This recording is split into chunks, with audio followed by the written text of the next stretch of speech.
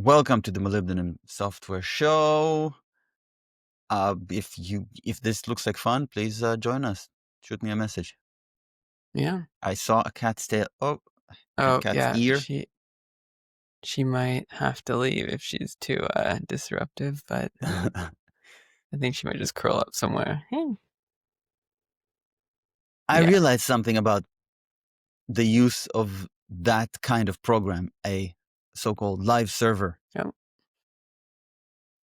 It doesn't make sense. It's extraneous. We are already watching. How many times do we need to watch files? Well, a few right now because you got your watcher for the build, and then you got your watcher for the live server. Maybe some other watchers. You never know. Probably for the editors doing some watching on its own. But do you have a better way you think it should work? What's the source of truth for knowing when a browser should reload? In theory, it's when the build is done, whatever the build artifact is. So you're Right. thinking we trigger it by the build artifact.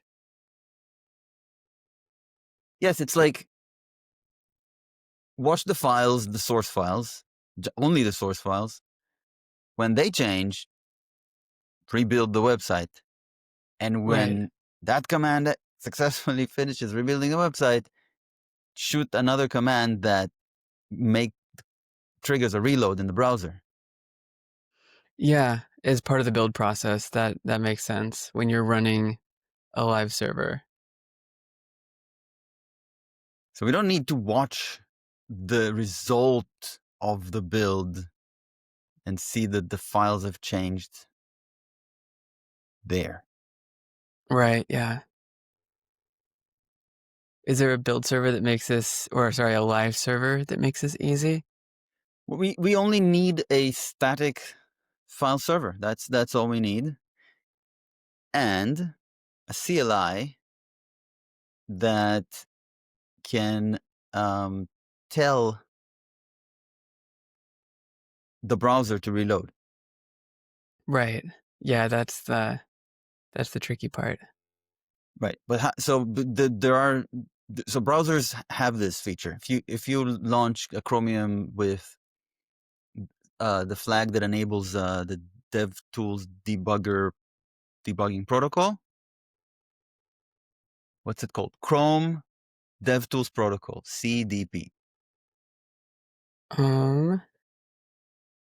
Is there a flag for this? Yes. A flag that enables it and takes a port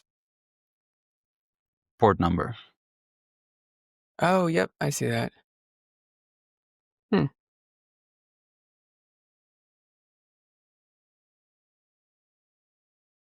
So you want to have it so we basically send commands to the browser.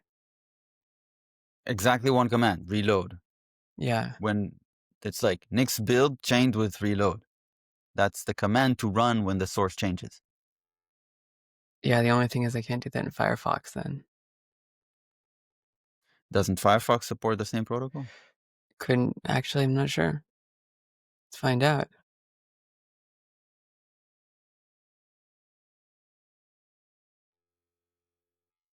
The only thing then is like your build system kind of has to know about the browser. It's not the build system. It's Or yeah, I see what you're saying. At the end of the live reloading build part. The part that builds and then tells the browser to reload. it's your dev tooling, right? It's like Yeah. there is some command Oh, that a developer can run that does these three things. It watches the files. I feel like it would be easier and it would work everywhere if it was like the live server. You could send it like a SIG user one or something like that. And that would also send a reload, like some kind of scheme like that.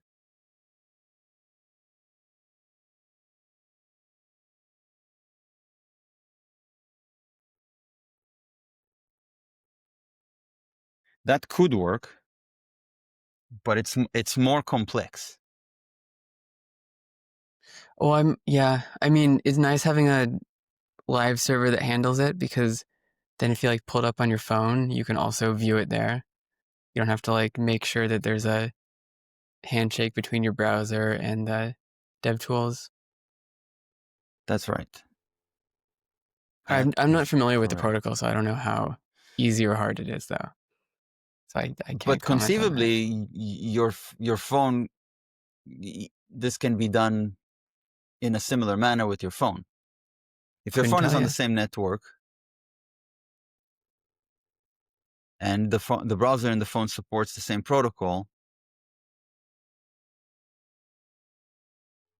Well, I wonder I don't because know I've how to never do this with seen the phone. a framework or any development environment do this before, but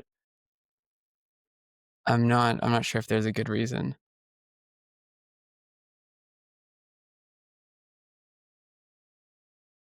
It's called the what is it? The debug protocol, the Chrome DevTools protocol. I don't think the phone story is important because when we develop for the phone, we usually use the desktop browser to like emulate a phone. Yeah, that's true. And then if we maybe we occasionally load it up in an actual phone browser on the phone, and maybe only if there's a problem reported. Hey, this doesn't. So I don't think this. Oh yeah, here you go. Firefox remote debugging port. Listens on a WebSocket. Yeah, this might be pretty does that mean if I already have my browser up, I have to start a new Yes, how I does think this so. work? Will this be a separate instance or how does that work? Hmm. It's a New good question because browsers by default, they're like demonic. they are demonic. Yeah.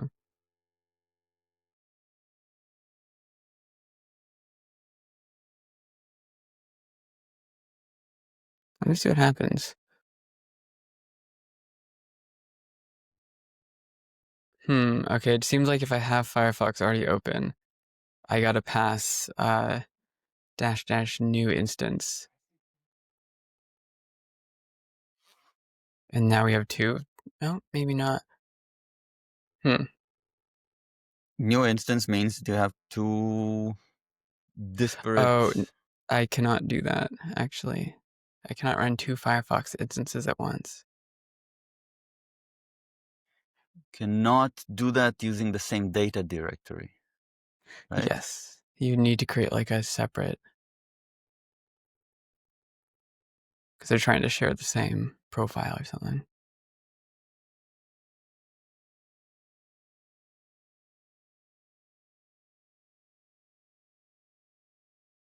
You could also pass a profile flag. I think that, yeah, let me try.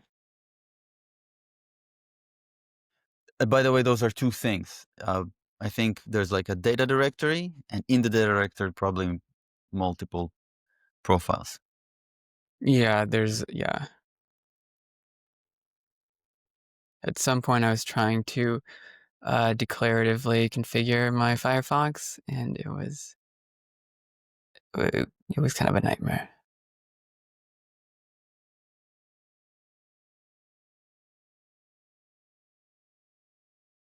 So does this seem well? I found a CLI for this. Um, nice. It just connects to the WebSocket and sends a few. And what is it like WSCat or something can probably even do it? I think it wouldn't take much.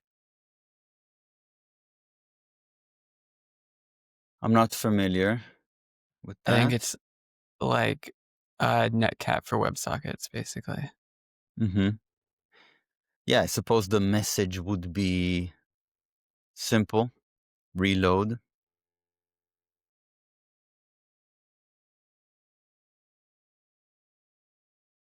Um, Let me see if I can I actually. See, I can't right now. I have Chrome and Firefox running, and I'm Mm-hmm. having a hard time starting them in such a way where I can launch them with the Share remote screen. debugging for it. Yeah, go for it. You. Oh, what's up? Oh, sure. Oh, I gotcha.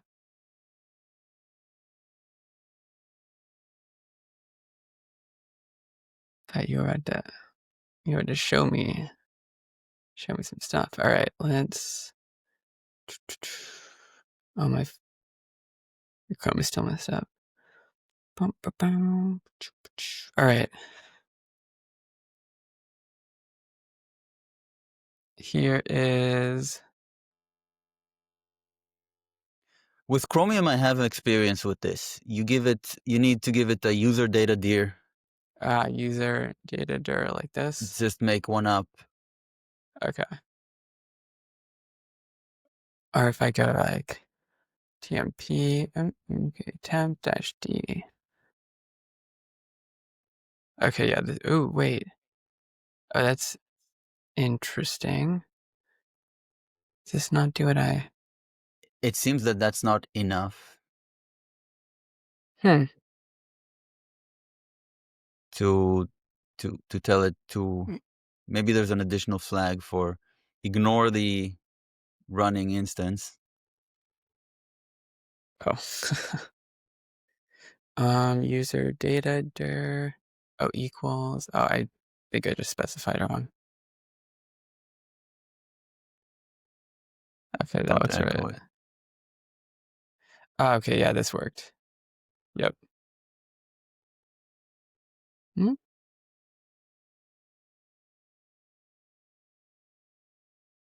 I have there's a Rust app CLI that is trivial to package. I already packaged it. That handles the But I protocol. didn't try. Yes, you just give it the the command and the port, and it does the thing. Oh, nice. Are you So gonna upstream it to Nix packages? yes, how about we do that as a next step, Yeah. What's the or name of the maybe tool? test it. Well, I think I already have the packaging code in a not even in a it's not even a commit. It's just the changes in my working directory. Gotcha.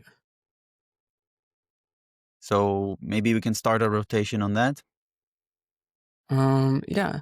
I still think it'll be a lot easier just to add well, I don't know. I feel like distributing, if you want to distribute this so that other people can use it, it's a tall order to ask someone for it to be like managing your browser and stuff.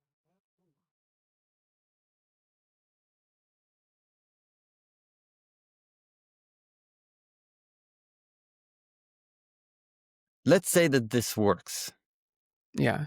and we want to make it more ergonomic. Per project, we could add a single command to the dev shell. Yeah. It'll involve the program that watches the source files of the project, and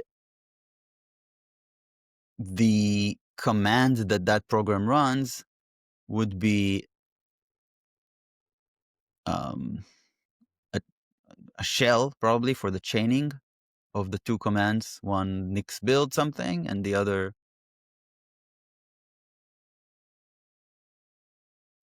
Yeah. Well, it's gonna have to run a live server in the background and then also be watching and rebuilding and then triggering the browser. But if it's gonna trigger the browser, it probably also has to be the one that launches the browser. So it has Right. like three processes it has to A be kind of static. monitoring. Right. Right. It needs to run a static web server, not necessarily any of these live server Yeah. programs. Yeah. And it needs to run the browser because the port needs to be known. And then it needs to run the watching that triggers the rebuilding and the reloading. I feel like something like this might exist actually. Like a live server that handles building. Like, It surely exists within contexts that might be coupled with whatever context they are. well, I imagine a lot of frameworks and stuff basically just bundle all this where they have a live reloading server that's integrated into the build system. Yes. But none of them, I assume, package the browser with that. Or at least I haven't run into. I haven't done web dev in some serious years, so things could be different.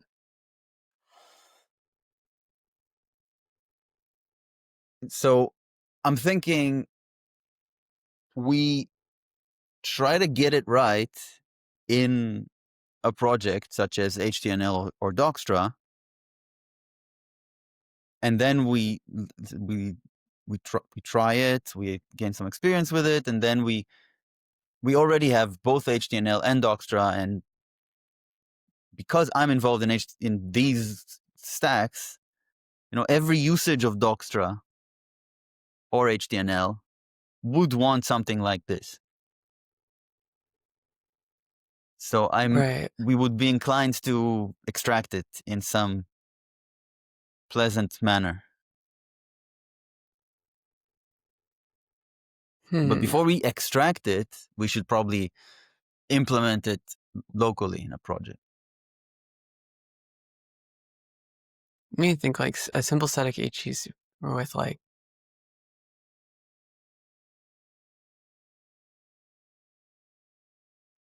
there's gotta be something like this, right? They are mostly coupled with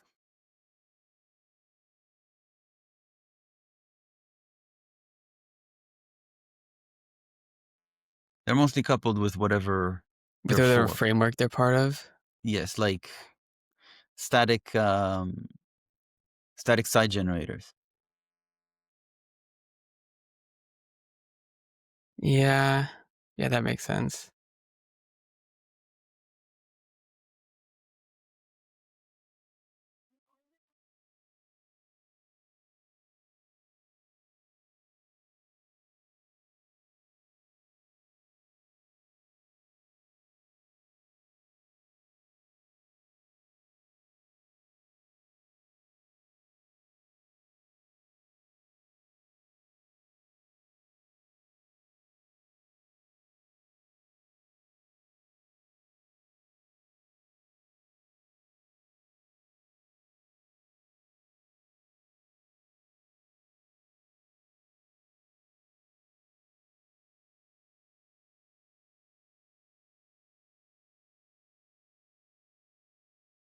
Like, does live server, was it no, have any kind of option where it'll like do some building for you or nah?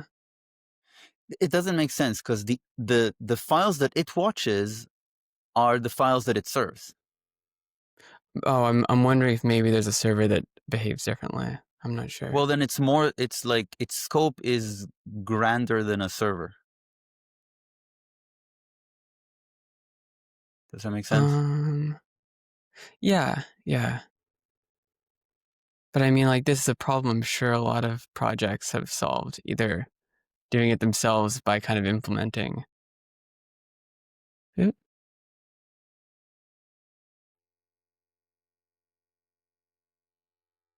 Projects have probably solved this in a way that is not extracted into a reusable CLI because that's not optimal for any particular project, Yeah.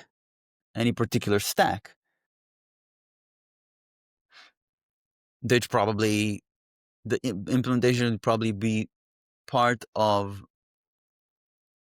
the stack and used within some other process. Like if it's a static site generator,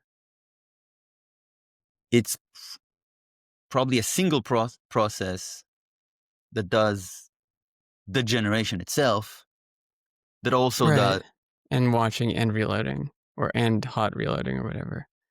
yeah. Not to say that it's a bad idea to extract it into some CLI. It's just that we don't know that yet. Yeah.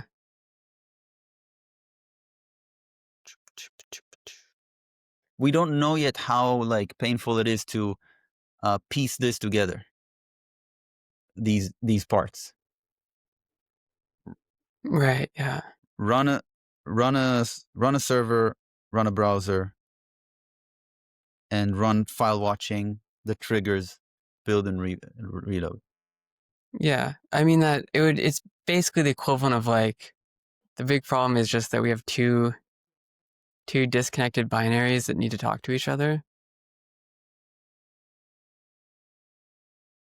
We have like the watcher that's building, and we need that to talk to the actual like HTTP server.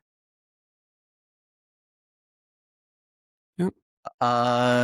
We needed to talk to the browser or to the server that Yeah, talks to the yeah. browser. I mean, it'd be nicer if it just talks to the server so that we don't have to tinker with like browser specific stuff.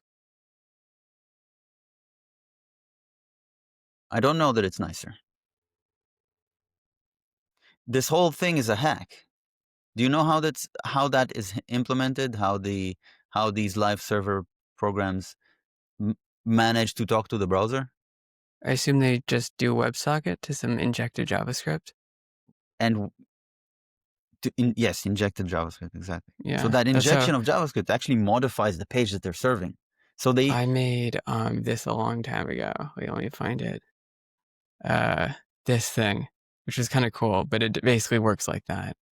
It lets you like live edit HTML and Vim and stuff. But that's kind of the way you do it, is you inject some JavaScript secretly in there. right, and the way that that's pretty cool. And the way that you inject JavaScript is that it does not simply serve. It reads the page, it parses HTML, Yeah. it modifies then whatever the data structure it parsed into, and then it reserializes that, and that's what it Yeah. serves.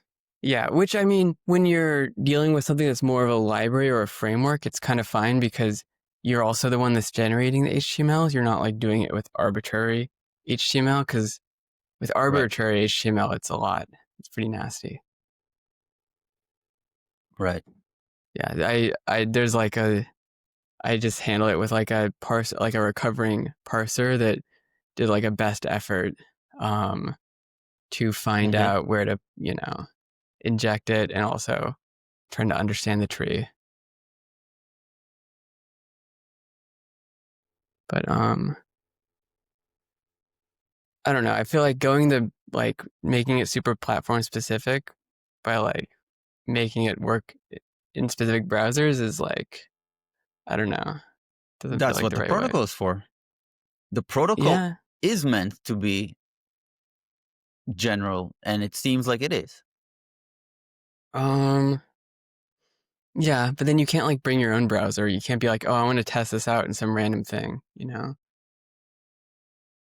On the occasion that you want to test it on some other browser that doesn't happen to support this protocol, then you simply lack the automatic reloading. Right. Yeah, Which is exactly. not a big deal, because you don't test in that browser regularly. You test in the browsers that do regularly. Yeah. The browsers that you want to test in, the reason you want to test in them is not only because they support this dev CDP, Chrome DevTools protocol, is because they have DevTools. Right. Yeah. I assume it doesn't like does Safari? I don't know. Here's a question. Safari does not support it. I mean, you could kind of polyfill any browser to support it in theory. Or no, because it's a WebSocket server, so you couldn't. You could do something, I guess. You could have like a shim that yeah, you could do some shenanigans. But I don't know. I feel like it's just it's weird if you're like page generate like a static page generator also like has to ship a browser for it to have like hot reloading with it. Ship a browser. Well, because the browser has to come along with the the dev shell. Yeah. Well, I don't know. That's an option. That's like a decision to make, right? Like everyone has a browser, and this is a protocol. So you could say it's a project decision whether to expect a browser, or maybe a browser needs to be expect a browser that will be specified, or maybe by default it's one of the browsers, or it could ship a browser in the dev shell. Yeah, that's true. If you don't like the idea of shipping a browser because it makes the dev shell like, well, if you're going to huge. launch it, I guess as long as is it always a remote debug port? Is that the standardized like CLI argument? If I go like Firefox, is this gonna work? Oh no, it doesn't work. So we have to, because each browser is gonna need a slightly different handling. Sure. That's a small problem though, right? Remote debugging port.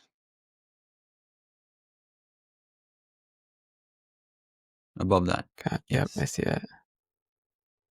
Yeah, and then we also have to specify profiles differently too, I assume. Profile path.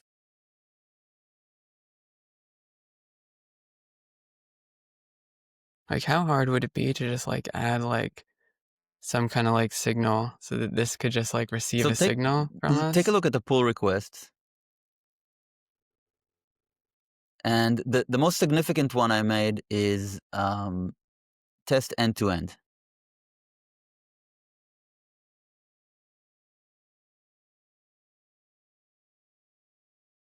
I think this is a good PR. I think it's ready to merge. It adds simply adds end-to-end tests. The end-to-end, one end is the CLI. It actually, because none of the existing tests use the CLI. So this launches the CLI, and it launches Chromium. And by the way, I think there's no Nix here in this project, so it launches whatever Chromium you have, you happen to have, and it does the entire dance, the entire user experience. Wait, I remember there being, hold on, French brown.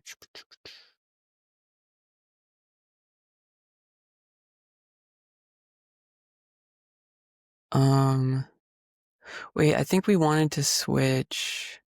Does something FS with symlinks? No, I feel like this needed to be an atomic write because you could start writing the file and we don't know if it'll happen in chunks or something like that. And it could just rewrite the same content. And would it pick up a change? Pull? Use pull here. Ooh. There's no poll test yet. Oh, this is just iNotify. Mm-hmm. Does iNotify? I'm trying to remember. If you start writing to the file,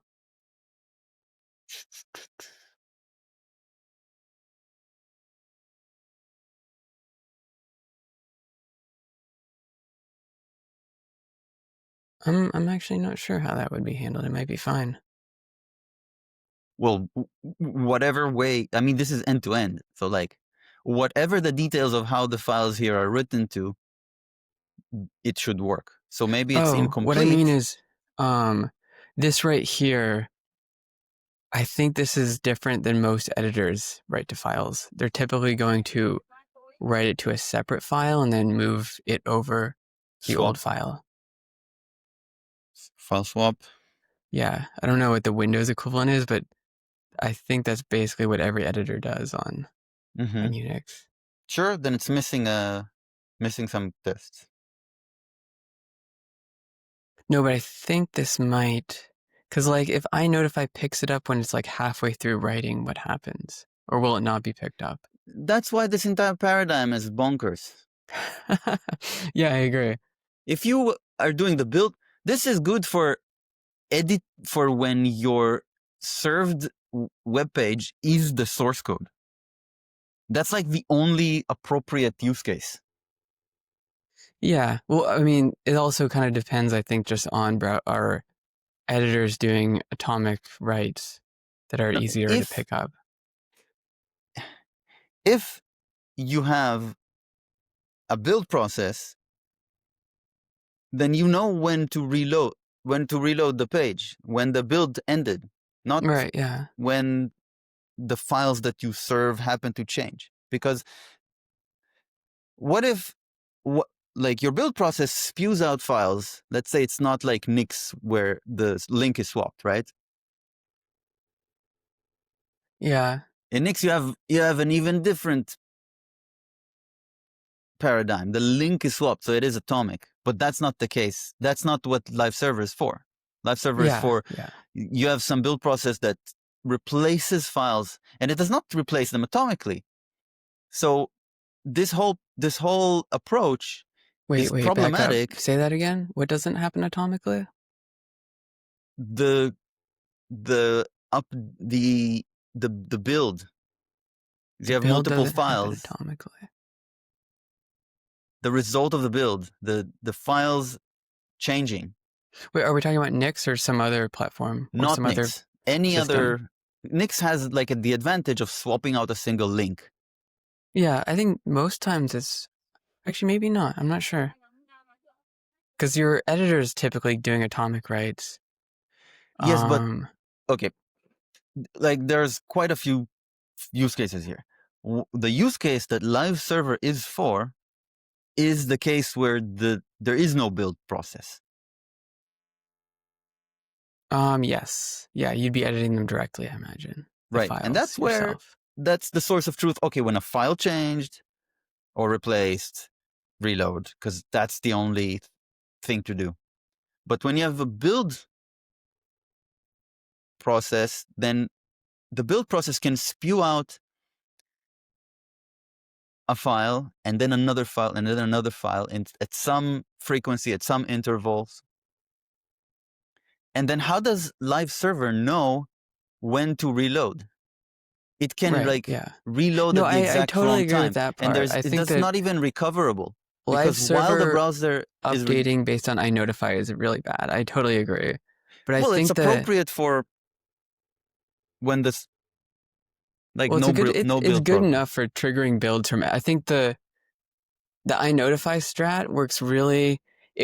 It works good enough when you're triggering builds or reloads from the editor, because editors are pretty good citizens, and that's pretty easy to do. But I totally agree that like the build output, watching that is a nightmare. But I feel like the right way to do it is, in theory, for the build. I mean, the best way would just be for the thing that handles triggering builds and the thing that handles serving the content to be tightly integrated, so they, one can tell the other when to send a reload.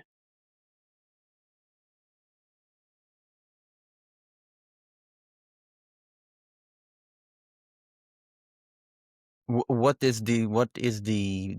integration is that? What is like, how can anything be better in any way than Nix build chained with browser reload? Yeah, in my mind, it would be Nix build chained with poking the live server in some way, some form of IPC to tell it to. Again, because of like that you can use your Not phone like and touching your phone. files. Oh, so let me What okay, is? okay. Mhm. The reason is like um if I want to like test something out, I kind of want to do it inside of like my own workflow, right? So like I want to be able to like start the server and I want to open it up in any browser on my machine, or I want to like Mhm. open 2 pages up, or maybe I don't know, but I feel like your workflow can change a lot.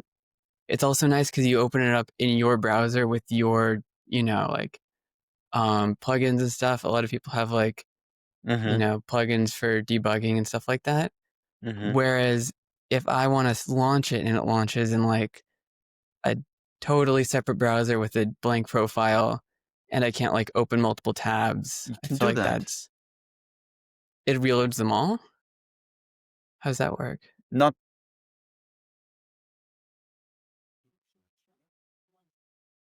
n- no, I think the DevTools. Well, I know that the DevTools protocol can control any number of pages. Oh, huh. I guess like if I'm testing out like my thing, like oftentimes it'll be open in like a few different places. Mhm. Um, and it's nice to be able to easily open it in like my Firefox and my Mhm. Chromium with all my, existing plugins and stuff. Um, I think that's possible. yeah.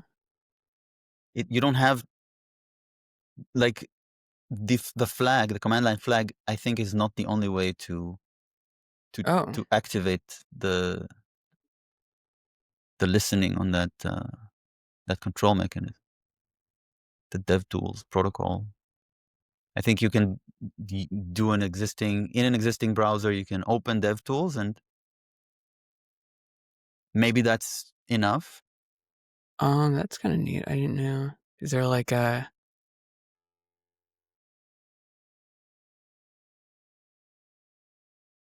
I don't know.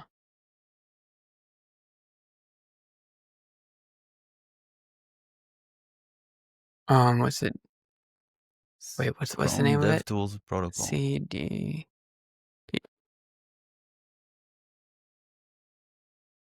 All right. Look at the first result. What's this different? Yes. Embracing the what? What is this? Read the top. Starting with Firefox 129, support for the Chrome DevTools protocol and Firefox will be deprecated. Users of CDP and Firefox are encouraged to migrate to W3C WebDriver bidirectional protocol. No, okay, whatever. Hmm.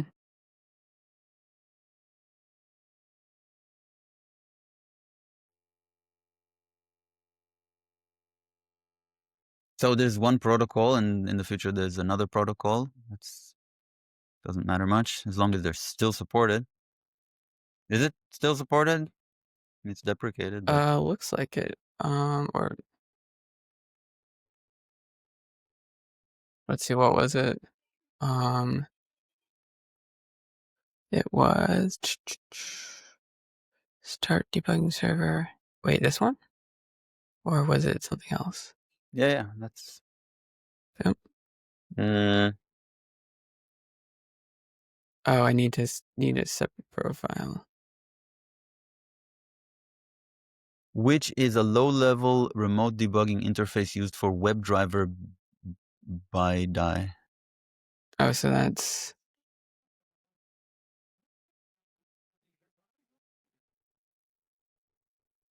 hmm.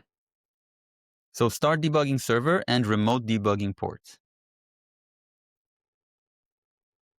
They're both. Defaults to okay. So if I go This like, protocol. So does Chromium support? is it running? Let's see. What is the dash? Oh, um,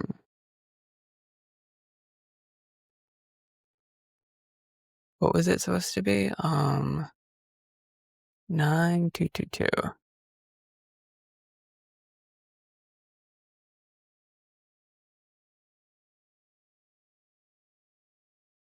Maybe not. Oh, hold on.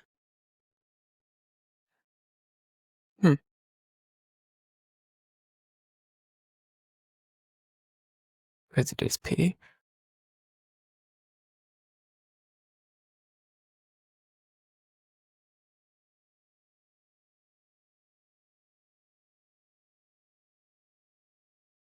Does not look like it.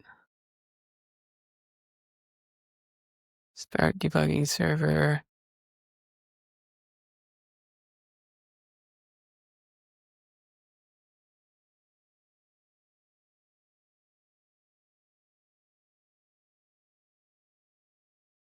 Oh, here we go. I just had to specify port and it looks like it's working now. Yeah, so we can go like, yep.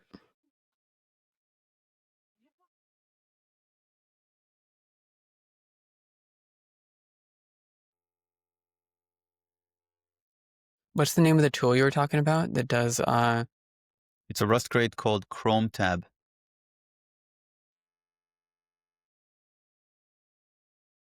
Oh. First one.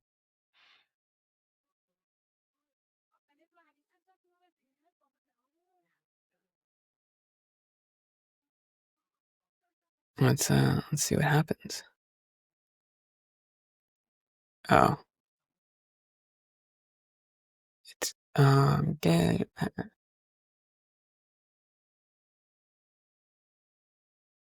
wait, is this not, what's the GitHub,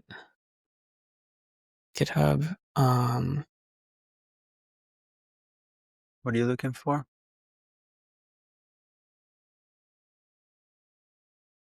oh, wait, hold on. Did I get that?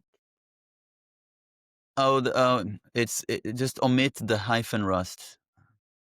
Wait, the repo's gone? Omit the hyphen Rust. Mid the hyphen rust. Oh. Oh, it's just the wrong, I see. The readme's wrong. Oh yeah, there it is. Okay. Git clone. Oh, it's git at.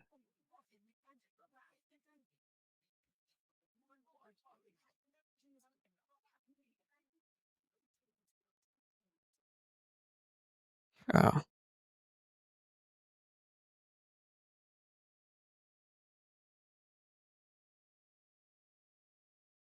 All right. Well, that's doing its thing.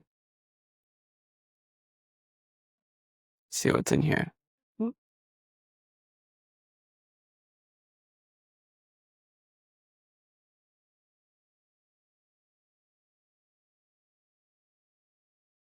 X.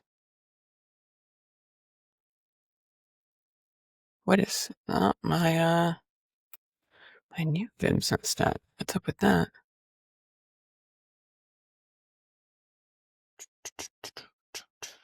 While executing. Oh. What are you I looking don't know. for? Oh. Are you trying to Nothing. compile this? Yeah. Oh, that is a lot of. Huh.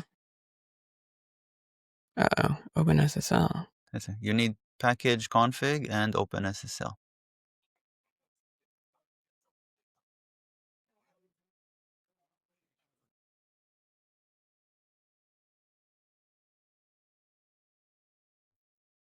Oh, wait. Oh, wait, does adding OpenSSL from Nix packages not add the environment variables to your shell? I feel like I remember running into this. It worked for me. With just Nix shell? No.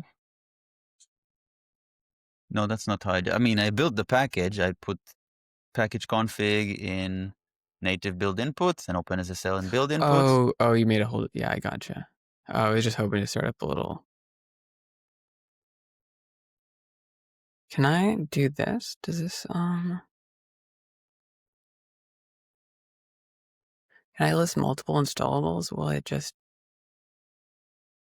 doesn't look like it. Yeah, probably not.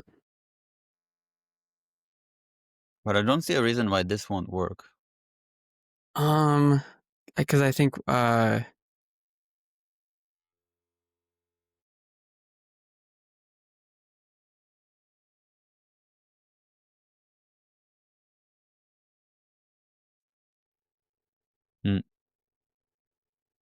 There's some extra environment variable that is automatically handled in like make shell. yeah, As well, because opposed Nix to shell is supposed to only be like the output binaries in your path and stuff, not the like development. but you can Like, explicitly get the development, like maybe you need openssl.dev or .lib or whatever it is. OpenSSL dot, Dev.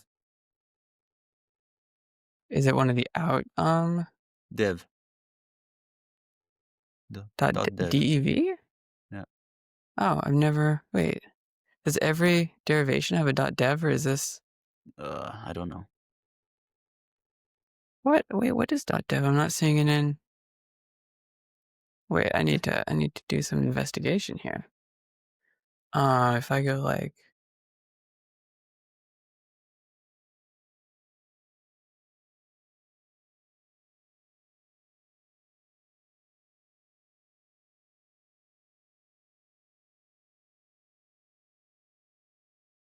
oh, huh,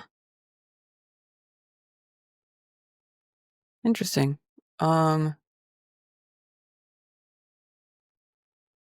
I'll have to take a look at that. Dot dev. Is that the development environment cargo build? Oh no, it doesn't seem like it worked, but oh, oh. Dot dev. Or is dot dev used by dev shell?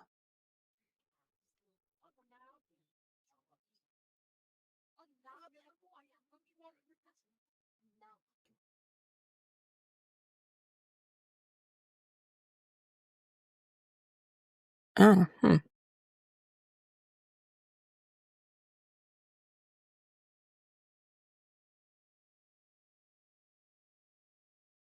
Oh, well, you want to just share the nicks you already wrote?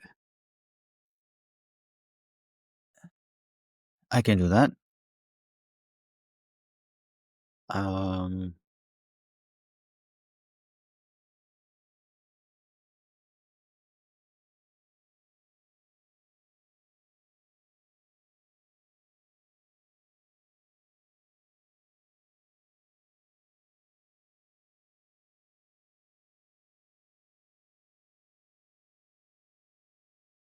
Hmm.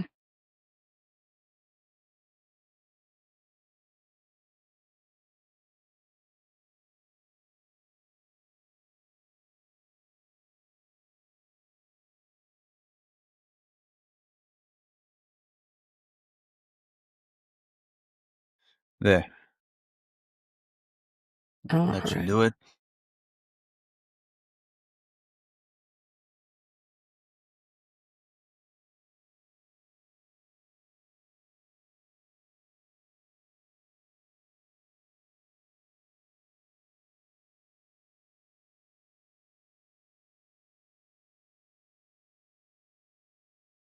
This is just like a.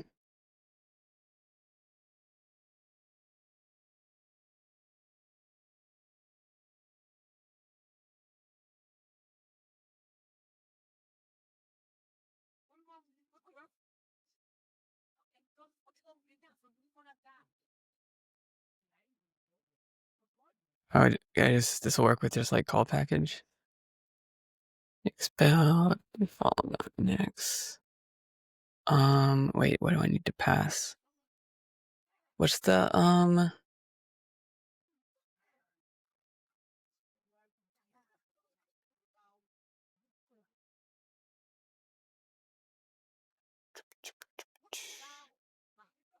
Here we go.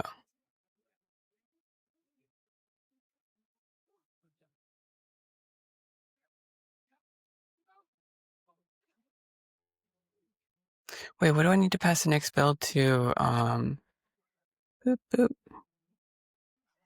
I'm so flake pilled. I have not done this in a minute.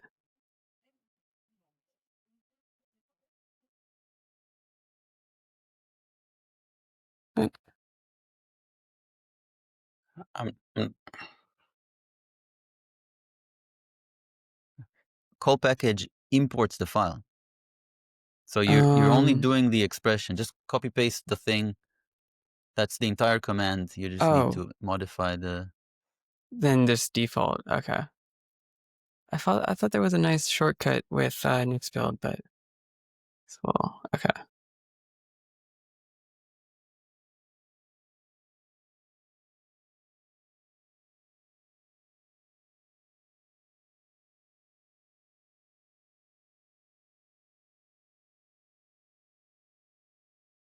All right. Off it goes. Oh, hold on, I'll be right back. Mm.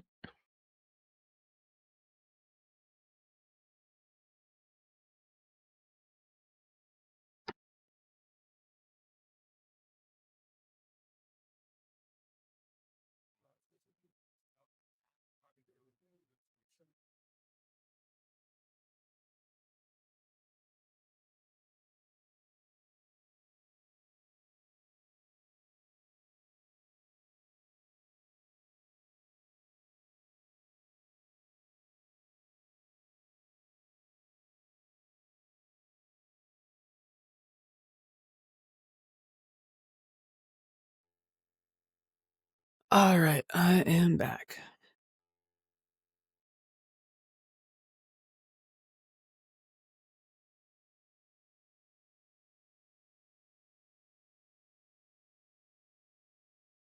Oh, we're still building. Okay.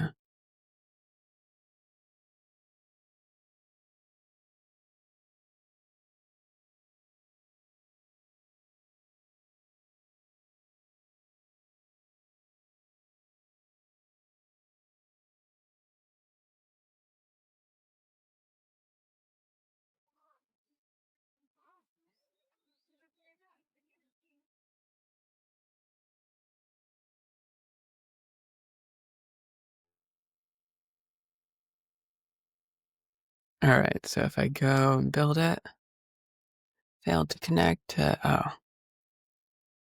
All right, let me.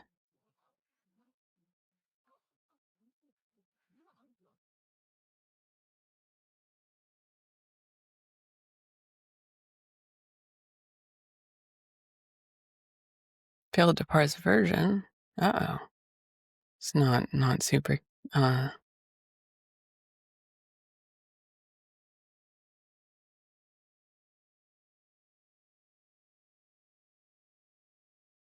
Client. pattern? What? Pattern to search for?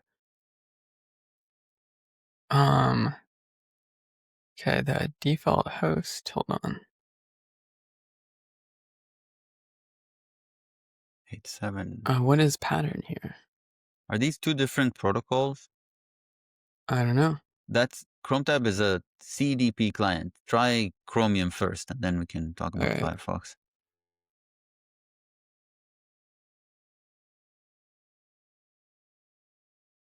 All right, here is.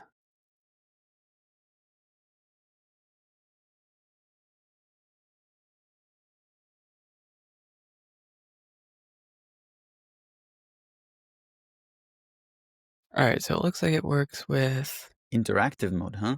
Yeah, look at that. Very nice. Select number. Ooh. Okay. That's cool, but let's quit this interactive mode and R try. refresh. Well, I just want to. Can we like show Probably need URL? to do something like new tab, URL. Okay. and reload. It Um, didn't really navigate there, did it? Try try a real URL. all right, yep. That's better. Reload. Mm. Oh, reload. Do we need to select 4?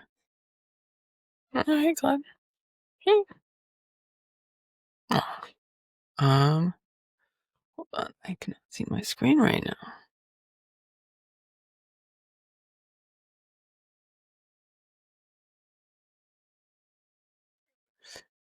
Refresh. Is it like 4 refresh? R4?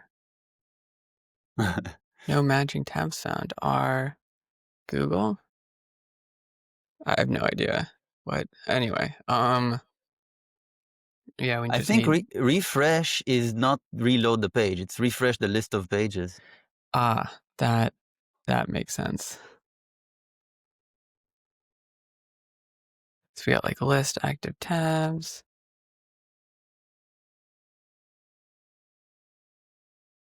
Force platform. How do we send a command? So there's some examples here. Maybe something like just Google reload. That's the pattern is pattern to match against like the pages. Google reload. Hold on. Yeah, that actually makes sense. Let's well, client.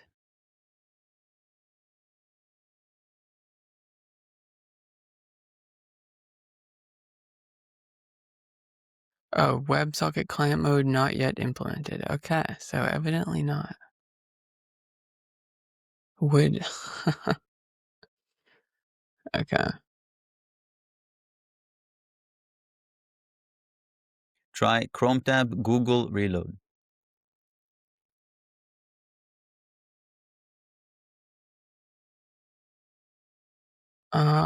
No, sir. Okay, let's just look at the let me put this somewhere. Okay. Let us take a look at the code because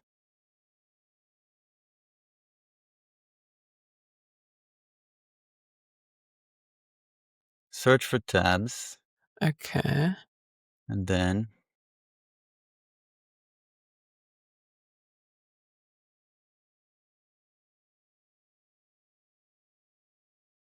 yeah, that found 2 tabs.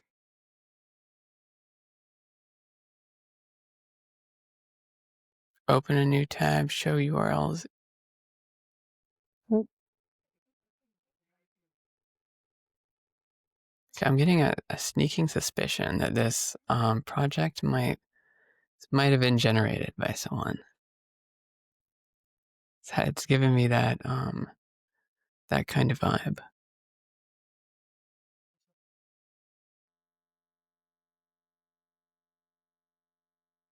Look, C stands for close.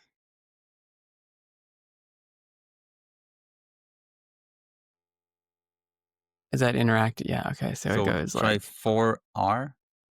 Maybe 4R 1C. Okay, that worked. 1C is now okay. I assume refresh. Okay, 1C. Oh, I see. Okay. Oh, what is it doing? It seems to be stuck in some kind of loop. yep. I don't know about this tool. This is looking a little suspicious.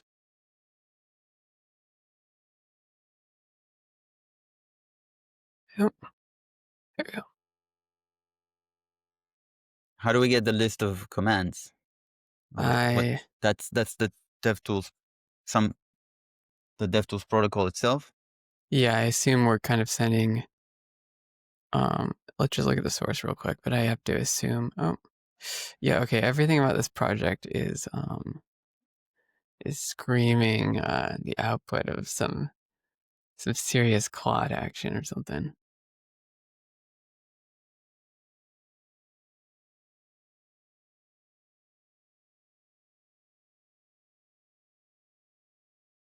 Um,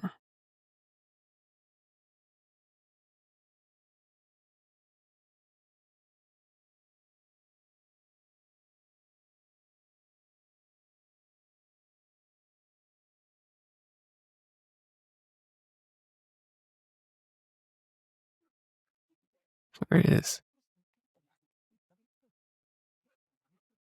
Where is our main? Okay.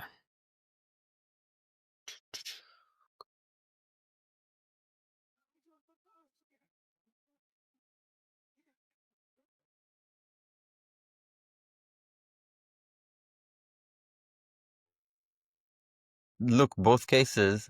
Did you see the not implemented yet? Not Both client implemented? and serve. Yeah. What do they do? What do? They do Nothing. nothing. So, I mean, I don't know if this is the most trustworthy project. They actually do nothing? It's only interactive mode does something? Command, CLI command, match, and then returns, yeah. If Handle CLI command is set. subcommands. CLI.command is where? Let's see. Oh, that's just if you specify one of these three. Or one of these two, I imagine. So these don't do anything. That I think we knew that one. I mean, there's got to be like a Chrome. This is a reimplementation of Chrome tab that is implemented in Python, I believe. Okay. I trust that a lot more than whatever this project is. CDP CLI. Here we go. Okay, this looks it's TypeScript. Bold choice. Yeah, this looks like a real tool. If you want to do that. Actually, this is a bit of a. Can we take a look at the Python one first? Before Yeah. this? Where's it? Same Python? name, just Python. No, the Chrome tab. It's called Chrome Chrome tab as well. tab.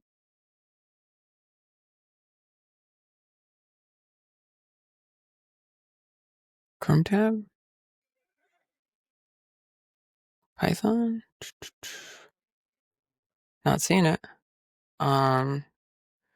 Is it PyPy? Oh, Py.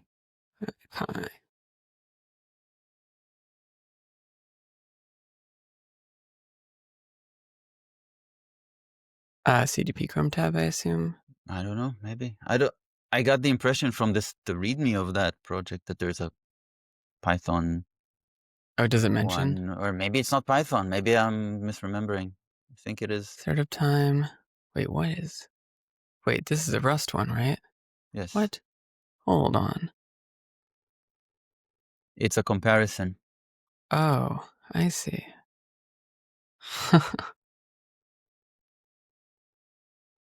Oh yeah, inspired by Chrome tab. Oh, -py. It seems like than there's a few there. There are quite a few, but I don't know if I would. Like we're wading into some crazy territory here, where we're gonna be packaging some Python stuff ourselves. There are a few. There's a Go one. Oh, I like Go. I'm a fan of Go. This one has.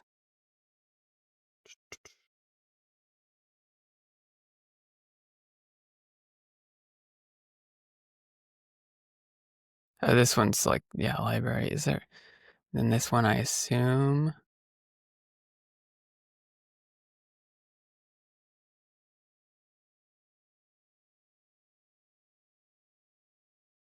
Okay, they're just all talking WebSockets.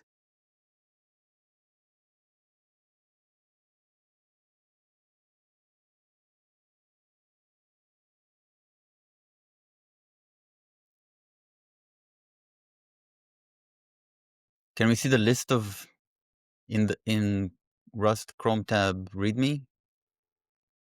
There are only. Oh, there's only the Python and the Go one.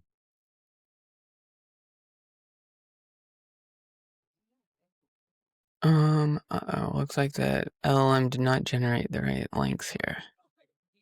Chrome tab Go. What did that? Is there actually such a thing, or is it a little bit of a? It looks like there was some hallucinations going on in here. Oh boy. I don't know about this. Is this the future of software? Could be. Could. Well, hold on. Maybe it was just my Google was bad. Yeah, I think that the first result for the library is the one that says it was inspired by. That's pretty funny. I've noticed this a lot actually. In the Rust ecosystem, there's a lot of I've been seeing a lot of projects pop up on like Reddit and stuff where it looks like the entire thing was like AI generated. You don't you use the term vibe coded? Vibe coded, absolutely vibe coded. Yeah, I I think a lot of it's just like I get the vibe. It is somewhat like for resume padding or something. I don't know. Okay. Do you want to take a look at the CDP CLI? Seems to have been keyboard coded. Whatever the Yeah, what's one the, sec. One. what's the alternative to vibe coded? um, these days, We could say hand artisanal coded, but it's not crafting. amusing. Yeah, hold on. Give me a sec.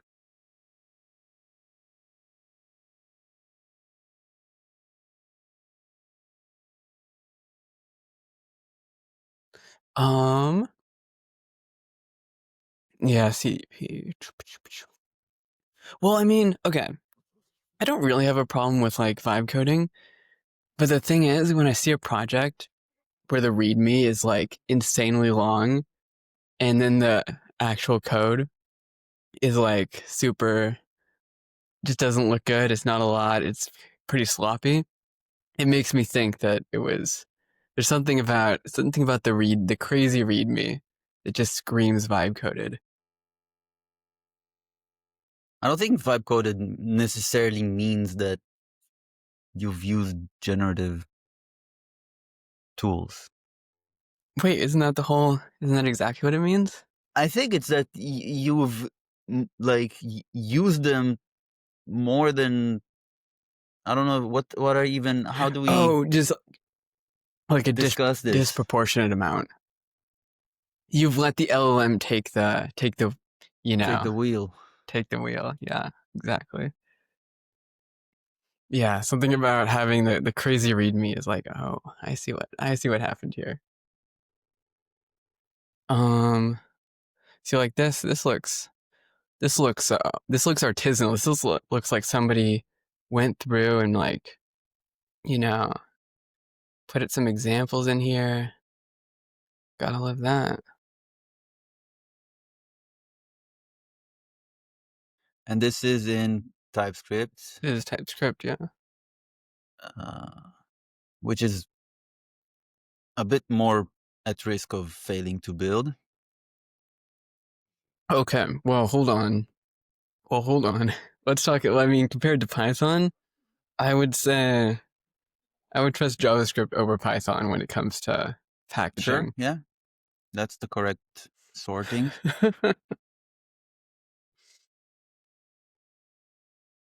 All right, let me, oh, npm, oh, geez.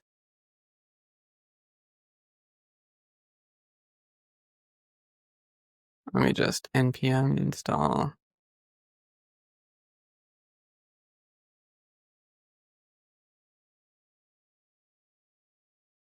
All right, where can we find this in node packages? Bin cdp CLI. You must provide a, oh, look at that. Gotta love the JavaScript packaging ecosystem.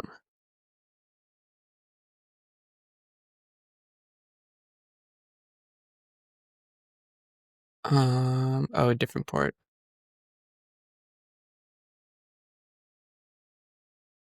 What is there no?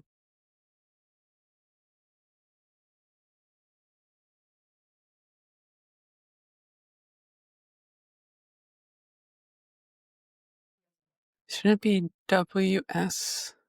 Hmm.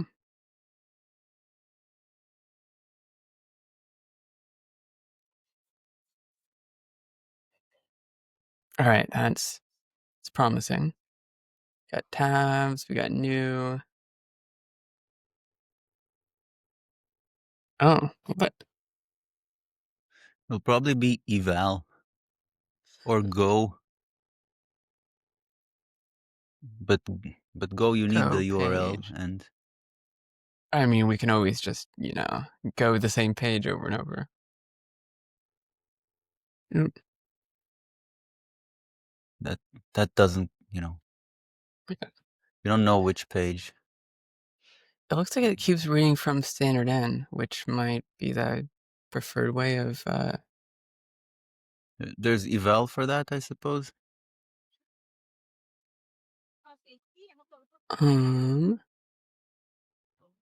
eval, or let's go like tags.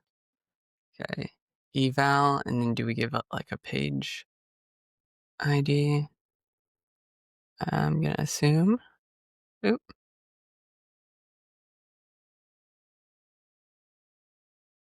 Expression, is this just random Oh, look, JavaScript? go page, and then the action could be URL page forward reload. Oh, that works. Look at that. But so I mean, The this go does command, the go command. the go command, the action is not necessarily go. It's like Oh, can it be can be reload. reload. I see that. Yeah. Yep. So we go that and then reload. Yep. Beautiful.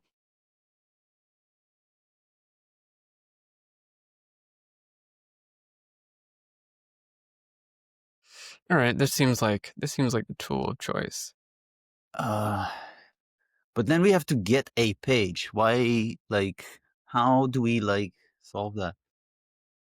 Well, Can we do we want reload to be the all ones that pages? open the browser, or do we want to tell the user to open the browser and then just? I guess we probably have to go and open the browser, right? Well, however way that happens, what's the desired outcome? What do we do? Do we reload all pages? What do we want to do? What I do we don't want know. to happen? Actually, I'm not sure. Is this like a browser in which all pages should be reloaded? I feel like this is some UX questions. Like support on Mac OS. It's funny.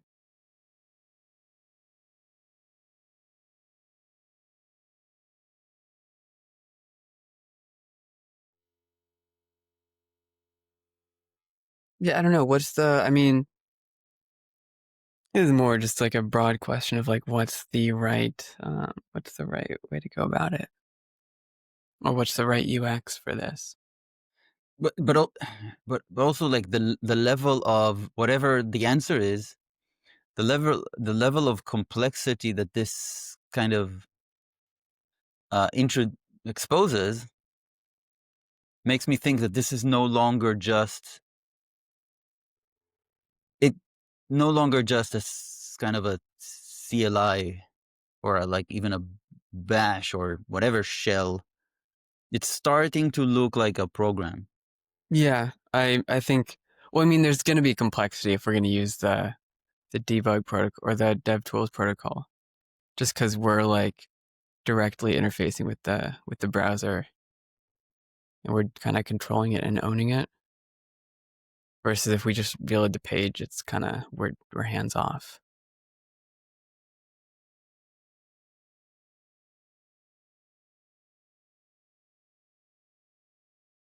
So like,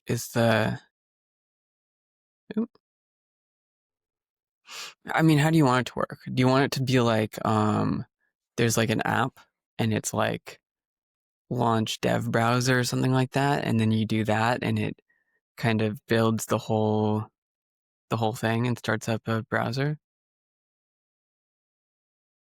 Yes. Gotcha. Then then owning the browser is like the equivalent of doing like launch and then doing, then handling that. So I don't think that's too bad.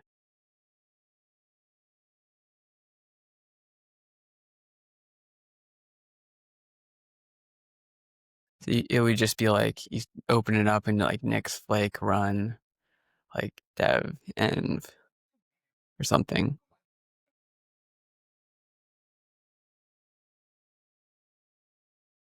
Like this kind of thing. Wait, is it not? Oh, Nix run. Like you just do that basically. And it just starts up a process that handles everything.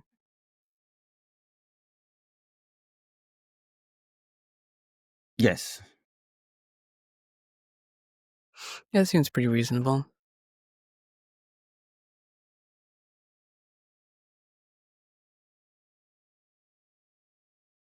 I'm not familiar with flake parts. Is this worth checking out? I've just got everything in all my flakes, all combined. Definitely. Flake parts. Oh, documentation is It's Nix not. level Yeah. or Yes. better or worse. No, it's not sufficient for Uh, this. Better, if you want me to explain flake parts to you, I think the best is to look at examples of like whatever real projects that use flake I was parts. just looking in this one. Is the idea that you're just Doctra is splitting? good usage of flake parts. Okay. Partition attributes. Oh, that's an additional, more advanced usage of flake Okay. parts, where there are two flakes because one of them is has dev dependencies. Gotcha. Wait, is this lib? Is this Nix packages lib? I've not It seen is. gen attributes. Yeah. Generate attribute set for mapping. Oh, huh. Oh, neat. All right, should we can do that then. I don't have a whole lot of time, but we can probably get a little app or target for Dockstra that sets up the whole environment or dev environment.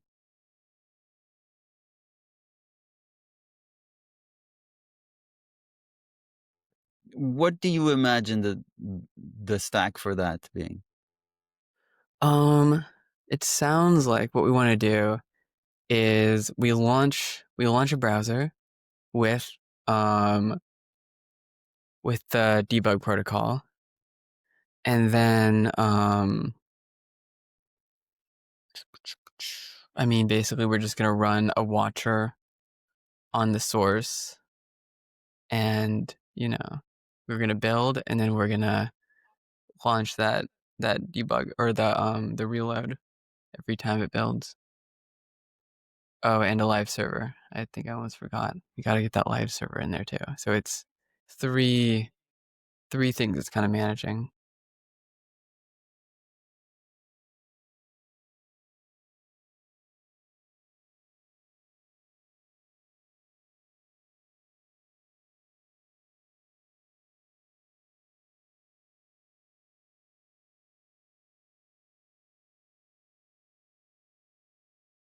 You think we'd develop this it's like develop this inside of the Dockstra repo and then extract it? Yeah, I feel like it's a lot easier to do it that way than try to What build it as like a library first. what yeah, but is it, you mean as a CL, it's a CLI, it's not a library, right? Or yeah, sure. But as like a mod, as a separate unit. Uh-huh. I'm not sure about that, because Yeah. if I was to develop something like this, then what I'd want is to test driven development it. Oh, gotcha. Yeah, I That's mean what I would it's want, yeah, I see. because it's complex enough to say, yeah, I need this to work correctly, and easily get it wrong Yeah. at any change. I don't want to keep manually testing the thing. I'm not even sure how to test it because, like,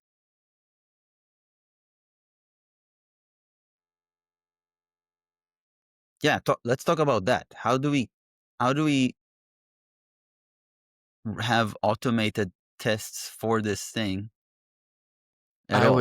I mean, it's going to be like VM or container kind of testing because I mean, we're gluing together 3 binaries that we need to launch a whole browser and then we need to test that it reloaded and stuff. Okay, testing the And we need to make it build stuff and all that. So, well, the end-to-end tests basically mean that we run this, that we have like a dummy builder that just spews out stuff, right? yeah. Yeah, that makes sense. Maybe it spews out like just incremental series of build outputs. So every time it builds something slightly different that is, how do you say, predictable. Sure, yeah. I mean, it doesn't matter too much because we're not focused on that. It's mostly just we need to do file watching. We need to trigger the build, and then we need to No, trigger the Chrome protocol stuff. no, you're right. It's it the source of truth for what is built is like there is a source directory. That's part of the paradigm, right? Yep. There is a source directory. There is a build command. There is the program.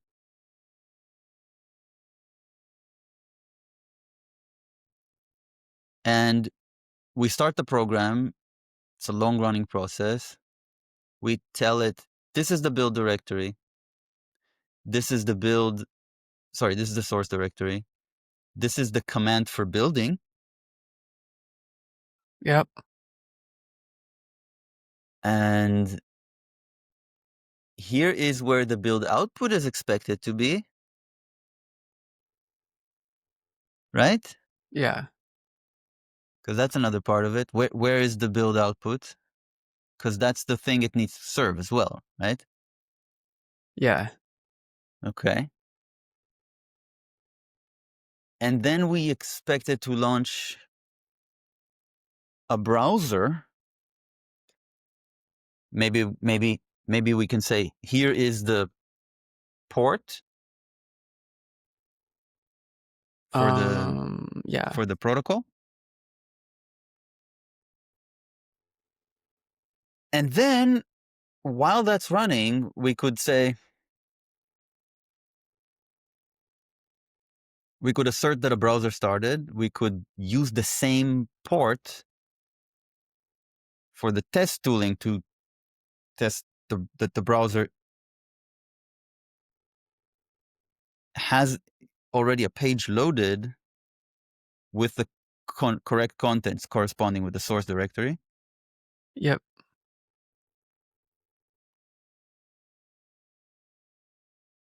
I mean, personally, if this was my project, I would basically just take the existing live server and just like tack some features on it.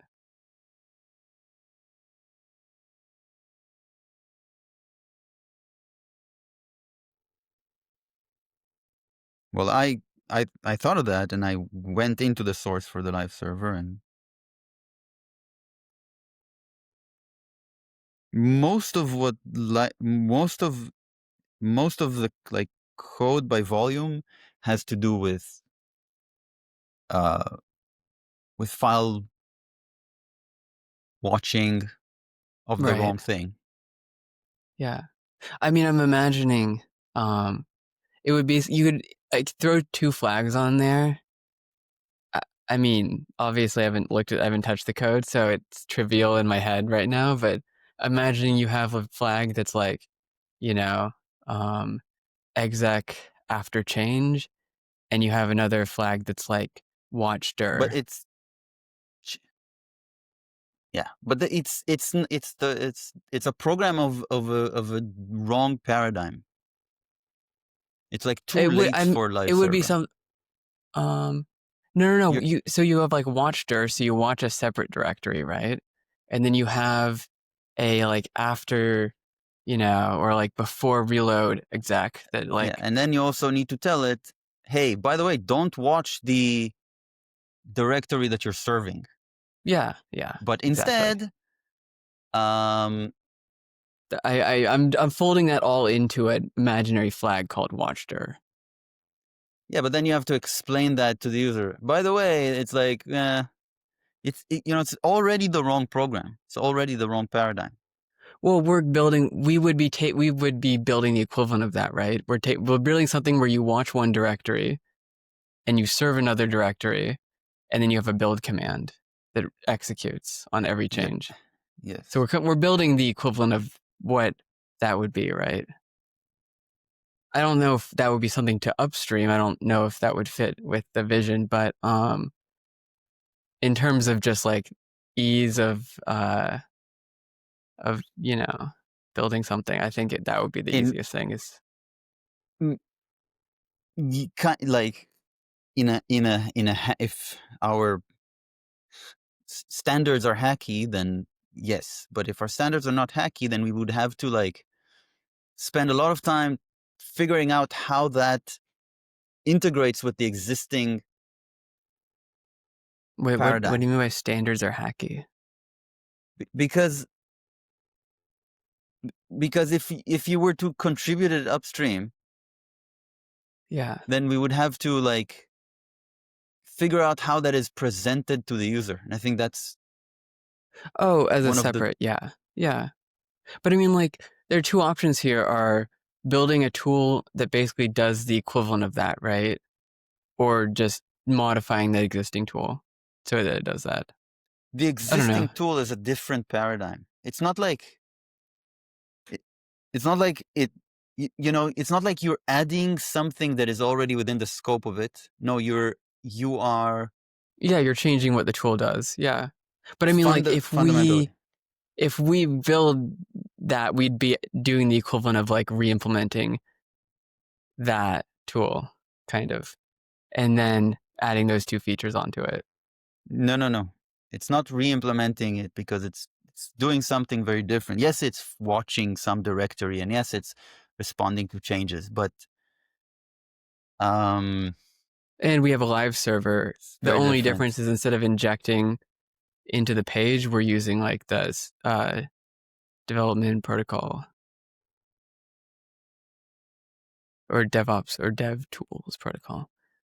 But I mean, like, broad picture, like in terms of if we're drawing boxes on a whiteboard, we're basically building. They're going to be the same thing, right? Either tacking two flags onto like the live server project, or kind of rebuilding that whole thing.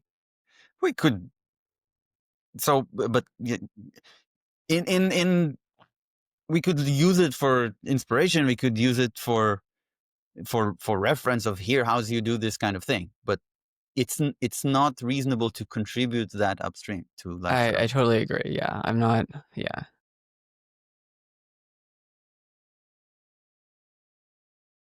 We could copy paste some stuff from it, maybe.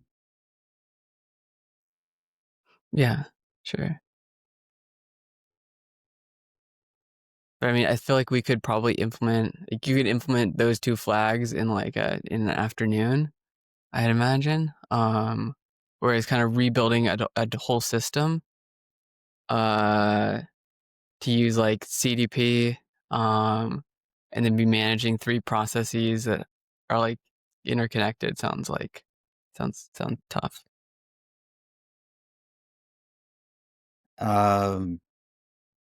I think the challenge is more in the testing, like Right. many Yeah. things. Yeah. I mean, the testing is gonna have to be pretty like a pretty extreme setup. I don't know that a VM would be necessary here, like you said. I think But we, like, without getting more into the details of this, I think we get an impression that it's somewhat of an, like, get the impression of the scope of this. Yeah. I mean, it's a pretty big project, I would imagine. Like to do it all from scratch, to make the whole like kind of like a build runner and file watcher and file server and browser reloader kind of all in one from scratch sounds like a serious undertaking. I've made the determination that this is missing. I Yeah, no, it would wish be I good to, would have found it should something that does this. exist. Yeah. And I, like, need it as a tool. The workaround for not having this is to use is probably to use live server and place the and place the build, um the result link, the Nix result link, in a in a parent directory, because that's the only way that live server picks up on the link swapping. You can't Oh, serve the link path, the the result swapped path. link has to be under the root. It can't be the root. Right. And I didn't Mm, try that yet. I'm just guessing that's gotcha. how it would work successfully. Yeah, No, I mean, that would also. I tried watching the link, and I quickly found out that that's never going to work in live. It's not even, it's not even a sound thing to do without explicit support from live server, because you're telling it to watch a directory, it resolves the link, and then you're no longer talking about that resolved path anymore. Right, yeah. Yeah, that's the problem, I think. I remember before it wasn't even picking up uh changes to result even when you manually reload, just because it resolves the link once.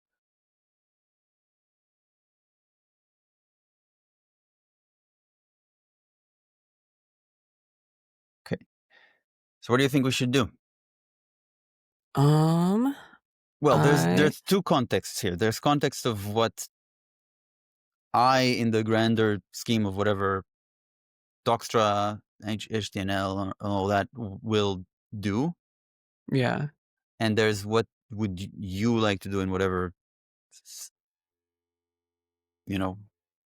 I mean, in the interest of pushing Docstra forward, I think it'd be worth just getting something going quickly versus creating a super involved solution that involves like CDP and managing processes and a whole enormous like testing infrastructure. Mm-hmm.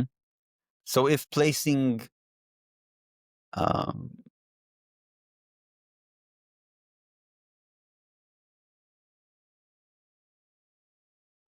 placing the result inside a parent directory works, I then think we should probably that would be do the that way.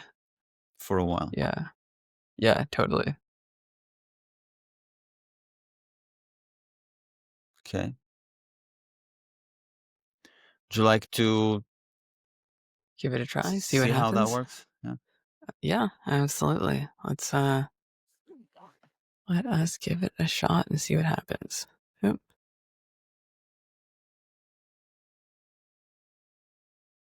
All right. Let's do, like, from master. All right. Oh, hold on. I gotta get the NVRC going. You never check your NVRCs into Get? I never do that. Huh. And I think the reason is, like, when you say your NVRCs, I take that even more seriously. They're my NVRCs. Oh, okay. Oh, I like when projects come with an nvarc because I know I can just, take a quick peek at probably the flake and be like, okay, we're good. Mm. All right, let's just Nix build on website. And then let's see.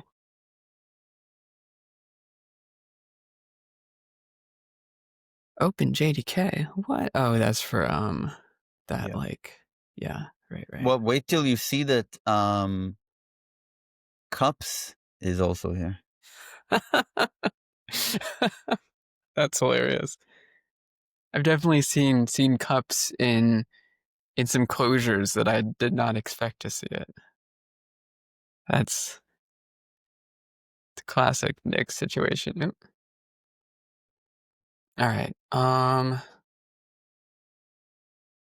So I mean, if we just let me see, how do we want to test this out? Instead of the Nix build, do a watch. Is that enough? Is that enough? Like, No, um, I use oh, watch exec.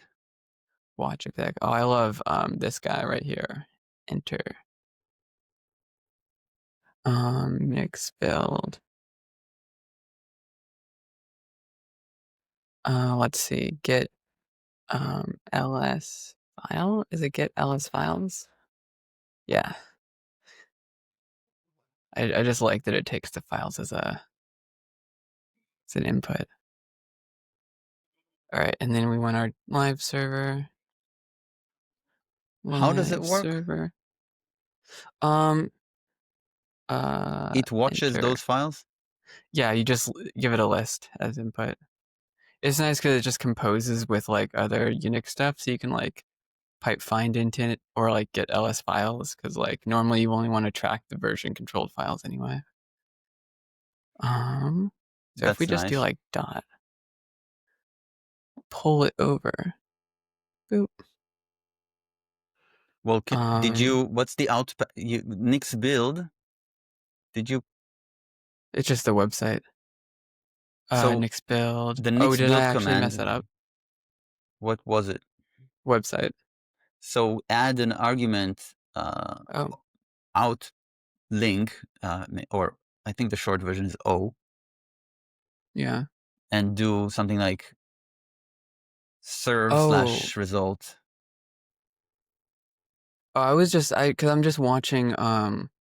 Wait, let me just see if this works because right now it's just watching the whole root of the repository. That, I think that does work. Yeah, and then if we go here to result, the real question is what will happen when we try to change this? The problem with this is that in this case, live server also watches all the source files. Right, So it will yeah. trigger reloads that are irrelevant and might even fail I see. because during the time that the browser is reloading, it's not going to. Yeah, let's It's not go like like these events are buffered and like live server is waiting for the browser to come back online and tell it, hey, by the way, you need to reload again, actually. I or think. should we just have like out? Will it create parent directories? Yes, it does. Oh, I had no idea. This will create Dockster build, right? Yeah, okay. All right, and then oop. It's funny. Let's pull that root. Okay, and then we'll watch Dockster build. Okay, looks good. Let us see what happens. I don't think it reloads the index though. Oh, it will not. Yeah, actually, no, it wouldn't. Or maybe it would. Hard to say. What's a good not HTML website pages? Let's change. Where's index? I think this is implementation. I think you want Oh, to yeah, this is change the impl. the dev Dev modules. Is it just website? it is taking that from default. Oh man, you got some, what is it, ravioli code in here? Docs, dev modules, docs. Pages, index, okay. So change that, rebuilding. Doesn't look like it, or did it, and hold on, let's see. It's not even working. Nope, not even slightly. But with polling, it will. With polling it will, okay. Oh. What?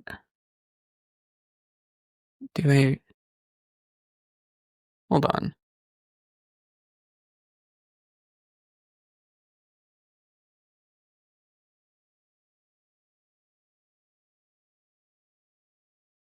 Wait, this is the Rust one, right? I'm not like, No, it's not. oh, is Wait. this? This is the Wait. Node.js one. What we have in the project is the Node.js one. Oops. Oh yeah, this does look like JavaScript. Oh, it's the Node.js one.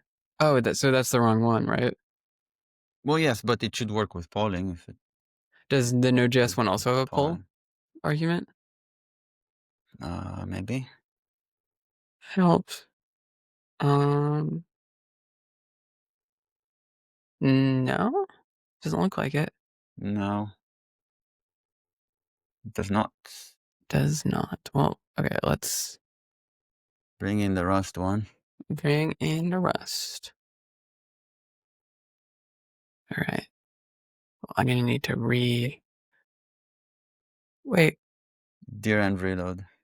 Oh, I thought it normally automatic. Oh, does it only work on the Flake dot? That was. Allow is not. I don't think allow reloads, but can't be sure. Oh, yep. All right.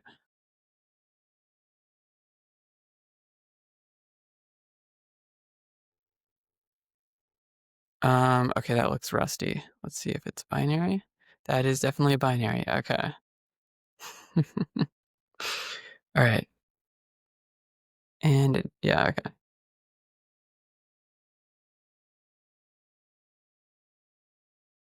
Docs to build. It's kind of annoying that that the JS one just kind of like silently ignores oh. All right.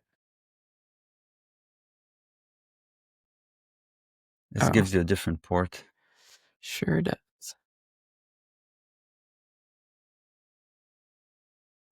Root. Okay. That looks good.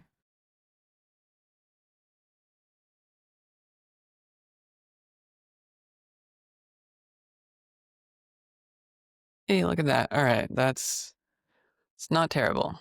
Without polling? Okay. No, that's with polling. Although maybe it works without, but. Try without.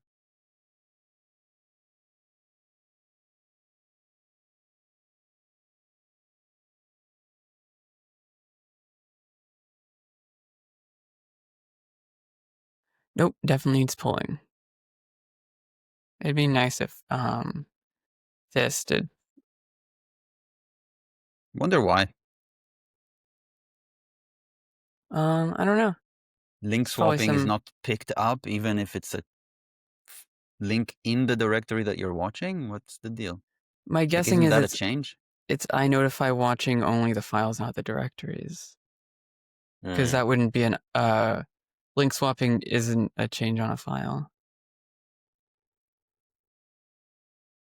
Yep, I guess it simply ignores, it resolves all the symlinks, and then you get no watching on the symlink itself.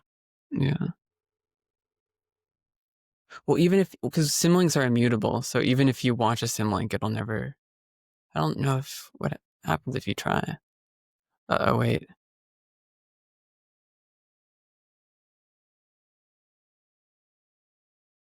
Oh, because I need pull. All right.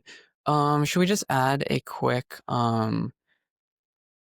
I don't know where this would be. How would we add like a quick command that's like, nix run, dev Where, in which file? dev server.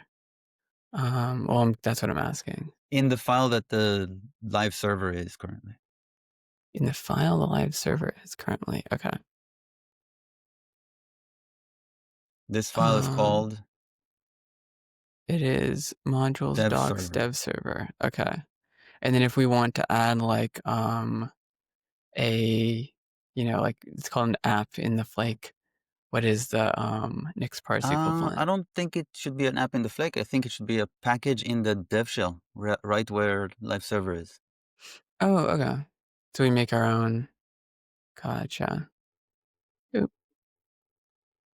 And then this is there a oh, and it has to open it too. I'll be right back. Okay.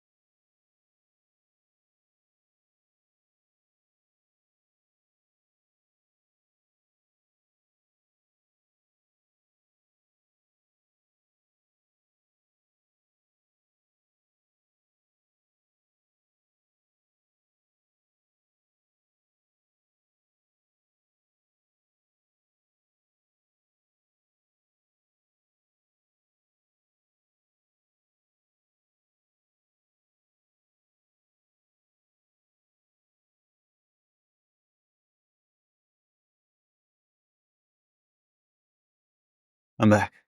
Oh, all right.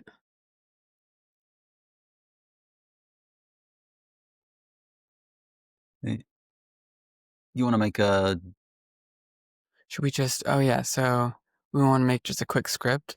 maybe a So can we new? do like Did you packages ever make do write new? write new? Write What's that? new? What do you mean? Yes, a new shell instead of bash. We'd have A a new new shell shell. script. Are you familiar Oh, with new shell? NU. Yes. I'm not. I have looked at it and I was like, oh, that is. Maybe I'll give it a shot, but I have not given it a chance yet. I'm using a Z shell. Mostly I'd like because. Oh, go ahead. new is my interactive shell for since a few weeks. Oh, nice. So I think I want to start making my scripts in new shell instead of bash. Ooh. But I haven't done that yet, so maybe this is a good one. It would be kind of cool if Nix moved off of Bash onto something like that. 100%. Yeah. But I'm imagining we basically write something like, what is it? There's a Is it new writer. Write new. there's a packages dot write new? Mm-hmm. Or is it write Oh, new script or NU. whatever? Let me check the let's noogle it up. Write Write oh, new. look at that. But first line is, oh, that's, I'm gonna check And this what's out. write new bin? What's the difference?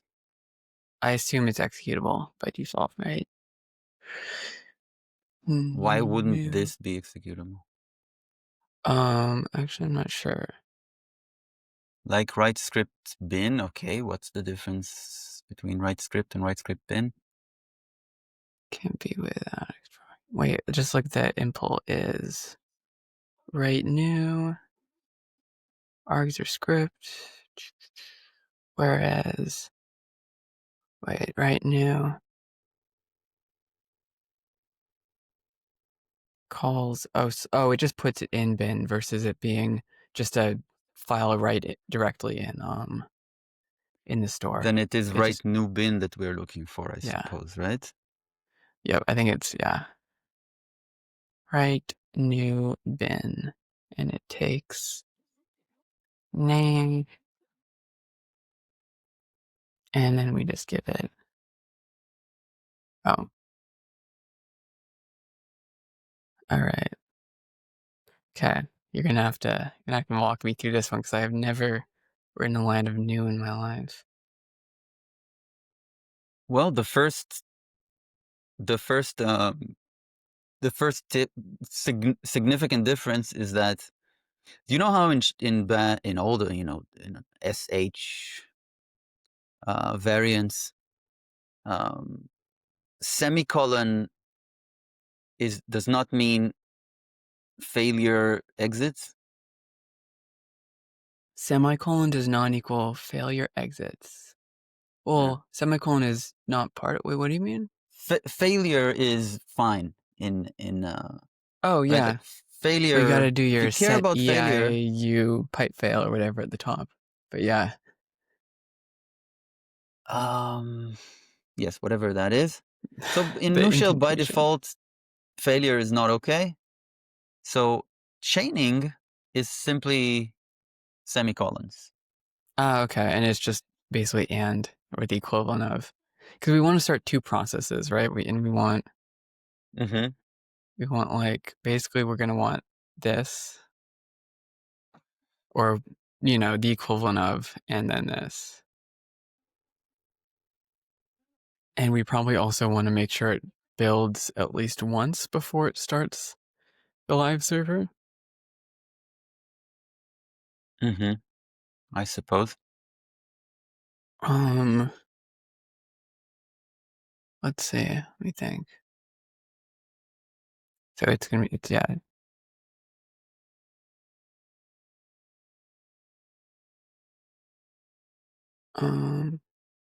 Also, we probably don't want to use flake commands here.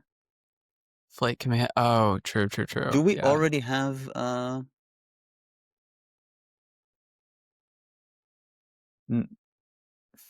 non-flake tooling here? Into the default. I don't. That just Search imports the the code impl. for flake compat. Is it flake compat? Compat. Yeah. The default looks like the dev default. Yeah. That. So the default file in the that provides like pretty much the same interface as, so you can do, yes, it's a similar interface to flakes, but without flake. Gotcha. So we can use So we nix can hyphen build. nix build, and then what's the Big A, the flag. big, okay, attribute. Okay. That Got would it. And it will be just be, oh wait, good so if side. wait. Or I think the systems. Yeah, you can try that. But you need to point it at the file default.nix, dev default.nix. Or just dev, because default.nix, that's the meaning of it. Attribute But I don't website think and that's select enough. I command. think you need the system there. This, And it's also like under packages, right? There's something like packages, packages. x86, 64, Linux.website. That There you go. looks good. It's without flakes. So you did not Nice. copy Yep. the stuff to the store. All right. And this creates a default or a result and everything. Oh yeah, look at that. Does it take an out path? Well, Nick's build does. Is it? Man. Oh yeah, Nick out. Or is it out path or Outlink. out link? Yeah. All right, let me just throw that dude in there.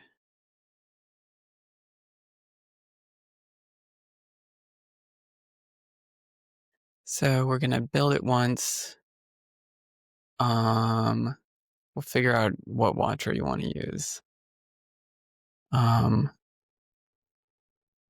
Do we care? Does it get ls files to enter fine? I like it. I like this. I like this feature. I'm not saying Watch Exec does not have this feature. In fact, it has it built in. It's like it has ignoring. It's Watch Exec one word. Watch exec. All right, let's do that then. It's implemented in Rust. Ooh, you do love your Rust. Watch exec. Okay. lib.get.exe.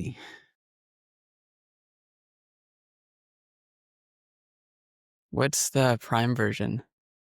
That you can tell it which executable. Oh. Or should we actually that's extraneous? grab Yeah. Grab lib lib from not from there though, from the top from the level module. this? Yes. Oh, It's also there, but this is like my pattern, if you don't mind. Gotcha. This is also a module? Okay, this is a wait, don't Exactly, we want that's this? Okay, yeah, so this flake is the parts. yeah, okay, gotcha. That's the flake parts module, whereas this is the per That's system also a flake parts packages. module, but it's not the top level flake parts module. It's like the per system module. Gotcha. That Should we also use the store path for oh, okay, let's Nix build. Nix is assumed, of Nix course. is assumed. Yeah, that's fair. That is fair. Okay. Let's just call this build. And we're That gonna build it. that can be done in whatever can be done in Nix should be done in Nix. Yep. So Oh, you want you're saying that we shouldn't, yes, yeah, I gotcha. eval time. Yeah.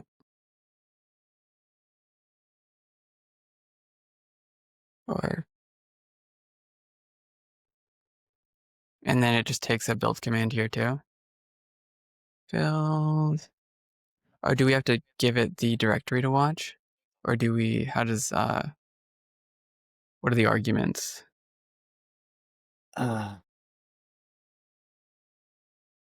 Its packages. I think we have to give it the directory to not watch.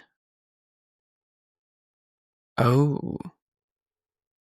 By default, it Didn't you say it watches. only watches the Git like it understands the Git repo?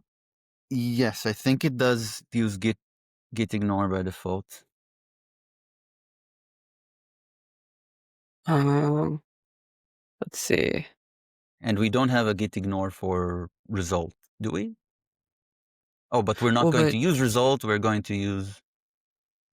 yeah, but does it only because Git ls is only the files tracked by Git. No project ignore. You're not seeing. Yep. By default, it uses ignore. Gotcha. Git ignore. Okay. Default Oh, it's not like that. global ones, project ones, just like Git does. So we don't even Gotcha. need to tell it what to ignore. We could add the serve root to the git ignore. And we should. Yeah, that we should do that. Edit build command. Oh. What am I? Oh, is this binding?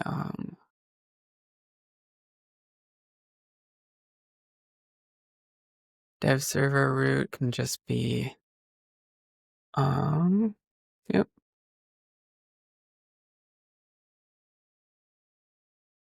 What do you want to call this? Dev server target, dev server How about build? just serve? Just SRV? Or fully spelled? Serve. Okay. Alchemy. And then it's going to be serve slash website, let's call it. Or root, or, yeah, website's good enough. All Or right. result? Serve Result. All right. Then live server. Yep.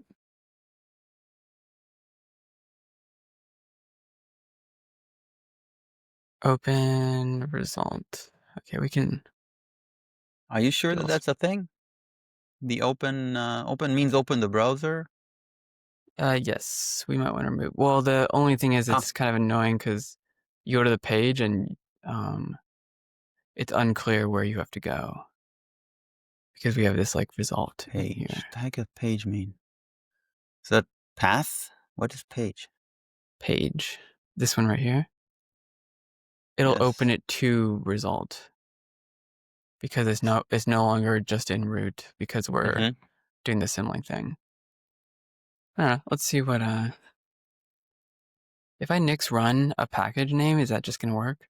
No, you have to dir. It's not a package. It's in the dev shell. You have to dir and reload. Oh, right. Yep. Oh, right. New bin is missing. Are we on an older? Was this added recently? I don't know. Do I'm gonna. Oh, no. I'm just bad at spelling. Right, new bin. I don't know why I'm not getting but also I'm not sure if that's valid new because I'm right and new bin. Oh, packages.writers.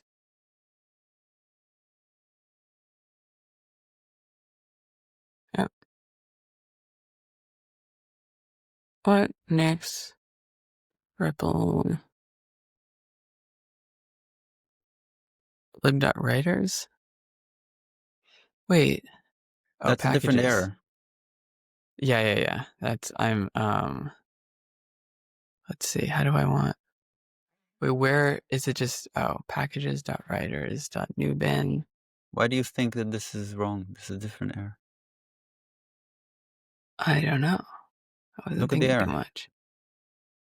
Running revealed. Oh, yeah. Why is... While evaluating native build inputs of derivation default shell, what is the actual... The warning System is... has been renamed to replace. Where do we use system? Oh, you're using pkgs.system. I see. So in per system arguments, you have system. Alongside... Wait, hold on. I actually don't think I... You don't understand the error yet? The warning? No, give me a second to even remember what I... Oh, I see. pkgs.system is deprecated. That's the warning. Yeah. Question is, where do we get system? We could do host platform, yada yada. Sure, that would work, but I assume it's passed sibling, in here? Yes. Because it's per system, so it's going to be like... System. Is it just called system? Yeah. All right. Yeah, I think I co-piloted that line without even noticing. I thought it was the line I originally wrote that just had x86 hard-coded in, and I was very confused. Why? I bamboozled myself with that one. All right, and then we should have command ready to go, which is what did we call it? Dev server. Oh, okay, and that is dev server, right? So that's not valid. Although I've got a good this won't be valid. This wouldn't be correct in Bash, but also this is probably not valid new. And also we have to run this guy in the background, which I don't know what the correct way to do that is, because we also want it to be cleaned up on exit. But we'll see what happens. All right, so that's dev server. What? This should It's not be found. we need bin. Get exec dev server. lib.getExe. Oh, I just forgot this guy. Why does it say not found instead of it's not a it's a directory? It's not, I imagine because permission denied is. Wait, why would it say not? Normally not found is gonna be the elf interpreter is missing or something. I don't know. it's new shell being not helpful. New shell should tell you, by the way, it's a directory. Yeah. Okay, how do you? Does new shell have a nice way to do like process monitoring and stuff so that we I can can make sure? suggest using new shell, but that's as far as it goes. Oh, okay. Is But there a nice? it's nice. Whatever it is, it's nice. You can probably start it, get a handle to it, everything. Oh, that's very nice. Background jobs. Yeah. All right.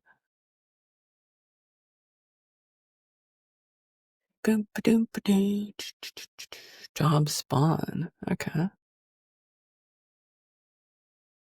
Job list. Oh, do I have new? Yeah, I don't.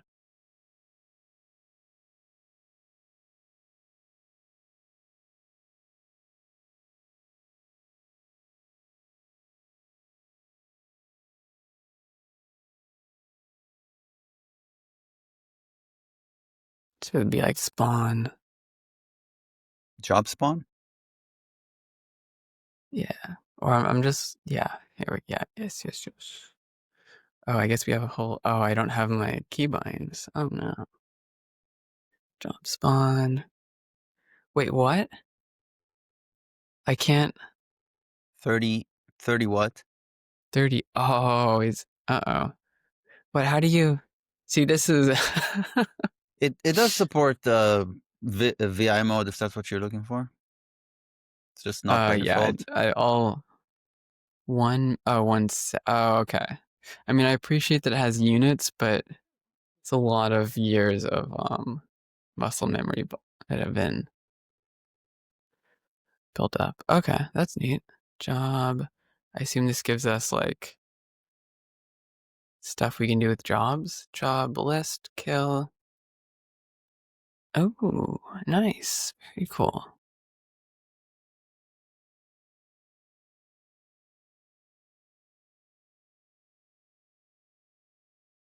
All right, so we just get job IDs out of this.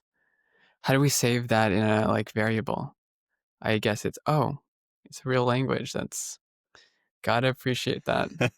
I've not.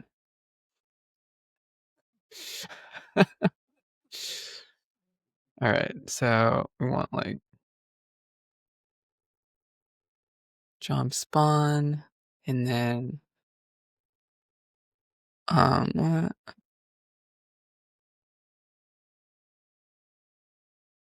okay, and then we'll run this, and then we need to do a hook or something. I'm like,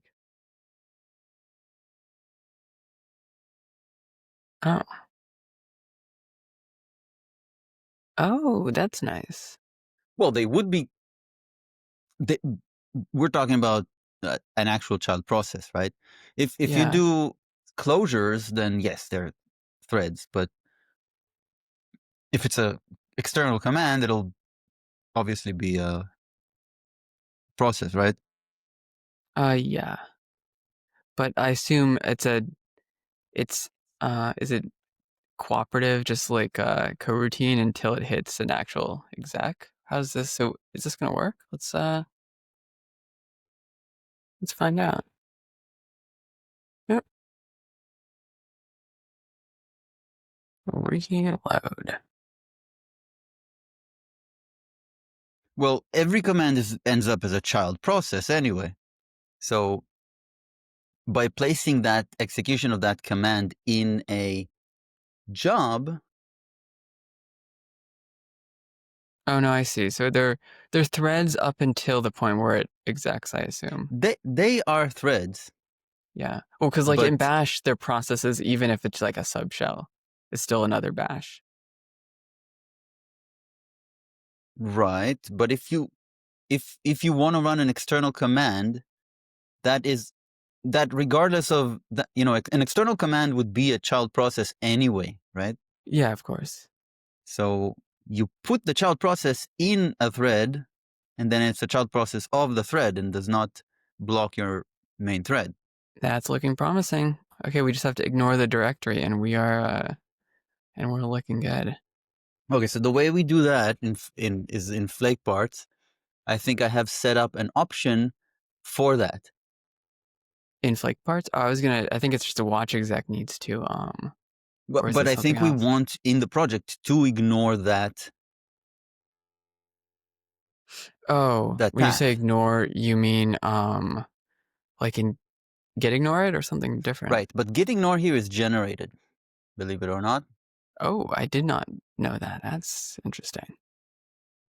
You can search for git ignore, and you'll find an example of how that is generated. It's generated Is via that part a of Flake parts Flake parts? option. Oh yeah. Yes, you see Oh, that? very nice. So the default for this is empty list, but there's an apply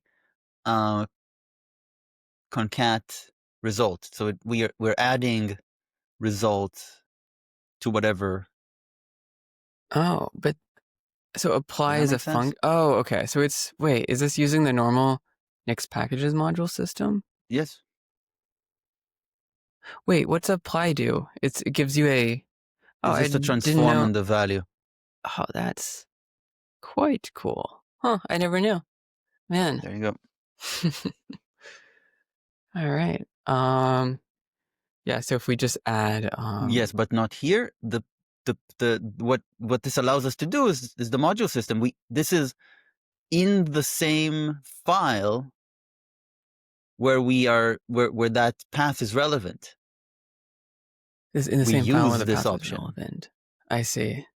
So you want to use this directly in here? Am I understanding that right? Yes. Notice that this is a per system option. Right. Oh, I see that. Yep. Okay.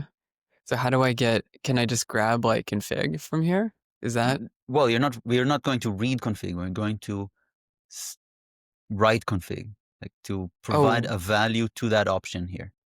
I see. And this is all just a module. So I can go like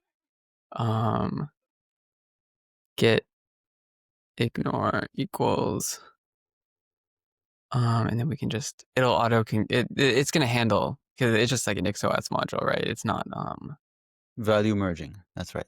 Yeah, it'll do. Okay. I was tripped up by the apply that I'm not familiar with. I thought it might be doing some sneaky business. All right, and then we'll just ignore serve. And now we can reuse that value. Right. Won't this? So, well, that doesn't yet generate the file. To generate the file, we need to reload the shell. Right. So okay, it should have generated. Let's do a Nix Flake check so that you see that the check fails. That the git ignore is not. Fails. Yeah. You see that? Oh, because the get ignore doesn't match. Right. Oh. So there is a command to write those generated files, and that is write-files. When you say Nick, like this is gonna be Nick's run or something? What's Nope, it's in the dev shell. That's why we Oh. reloaded the shell. Oh, okay. This is all Nick's sorry, Flake parts? It's not core Flake parts though. Okay. It's a Flake parts module called files. Oh, neat. Yeah, look at that. Alright. Well, actually we don't need that. Should work now. Oh wait. Oh no, it's just a trace. Okay, I thought. Okay. Wait, is it not called? Wait, It is what? called dev server. Command not found. Hey, hold on. Are you in new? Is that new? What's no? That's not new. Nope, that was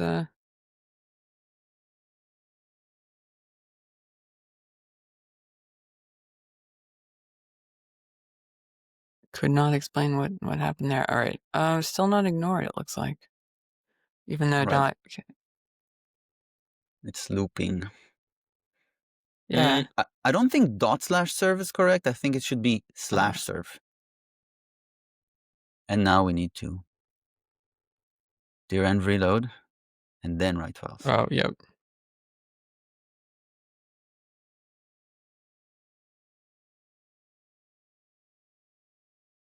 All right.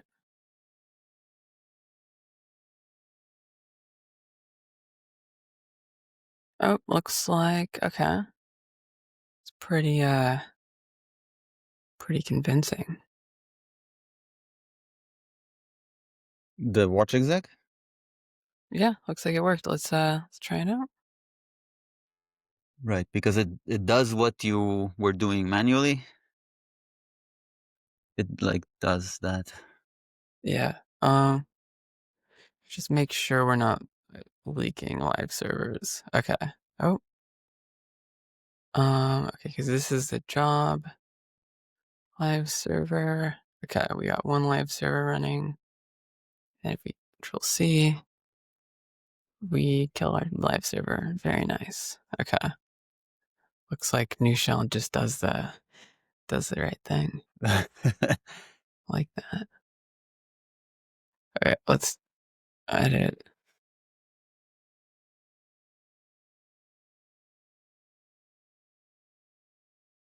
All right, building.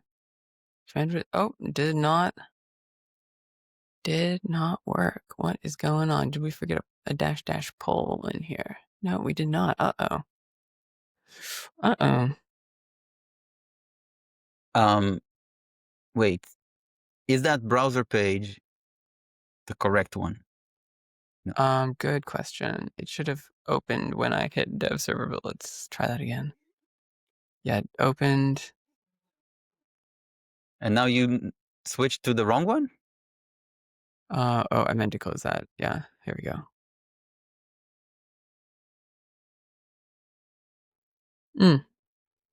Okay, maybe I just had the wrong one open.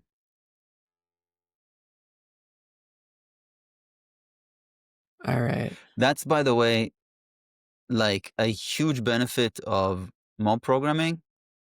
Just not doing things alone where you can drive yourself crazy. Doing something wrong and like maybe not noticing that, Yeah. just keeping the facts straight. It's not something people are good at. I gotta agree with that. Nice. All right, that looks like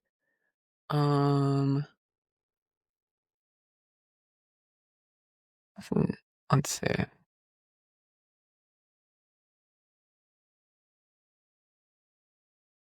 So just make, and then we want and this is gonna be outpass or no other way around. Serve result. Okay.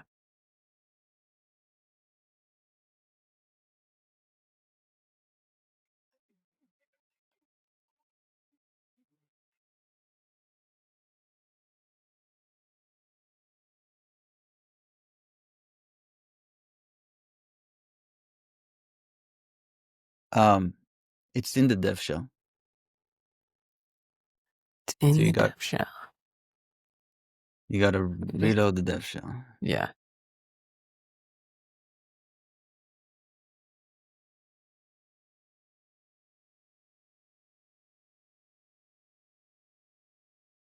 Just make sure. Okay. Yep. All right. Well, that looks like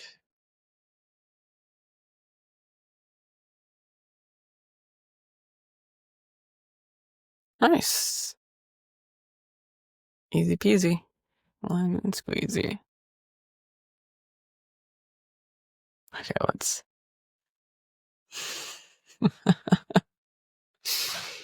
All right.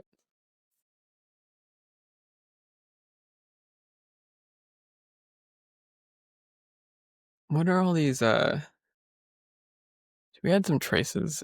I assume those are not on master.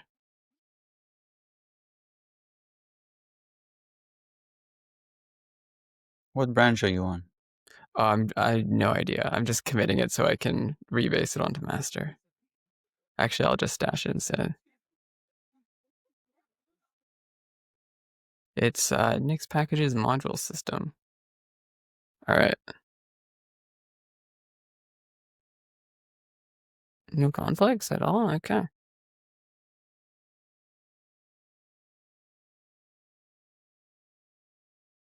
Oh, nice. All right.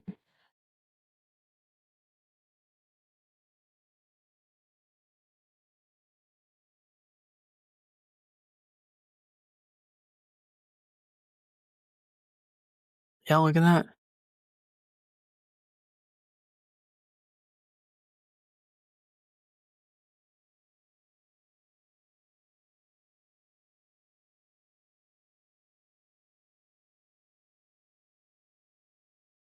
Mind if I review the Oh yeah, I can changes?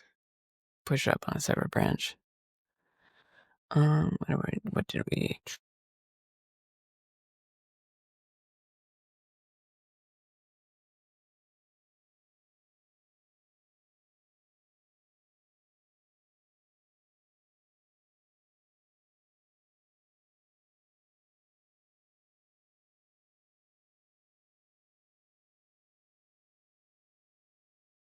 Here, I can throw it up on. Okay. There you go. Branch called dev server.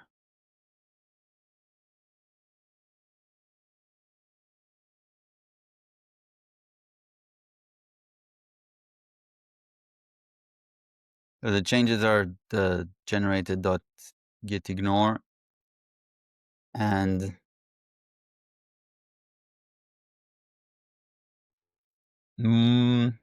nearly all of the contents of devserver.nix. Yeah.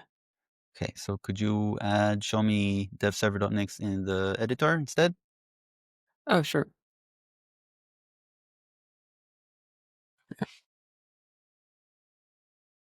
I want colors. Okay, thank you. Hopefully that's readable. That's fake persistent git ignore. You can also just pull it up So, on GitHub. can you extract the serve value? This serve. Oh, Line this guy right 5. here. Line 5. Oh. It is extracted, but reused there as well. Oh, I see. You want let's see, like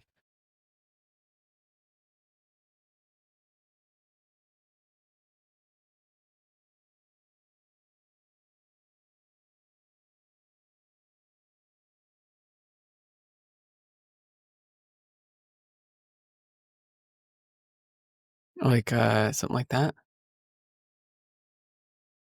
Okay.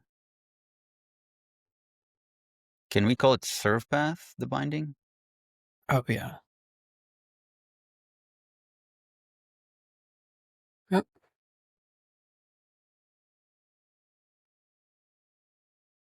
2 words? Yep. There we go.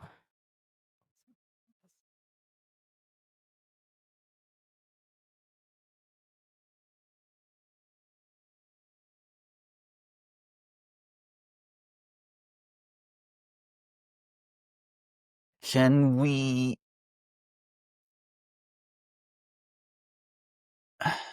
remove PKG's live server from the dev shell? Oh, from the dev shell. Yeah, sure.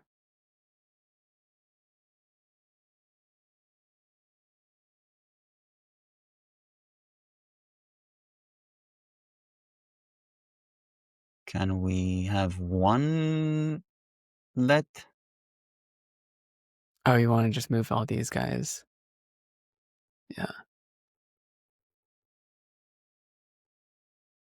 Oh, we do need the system, so let me move it up then.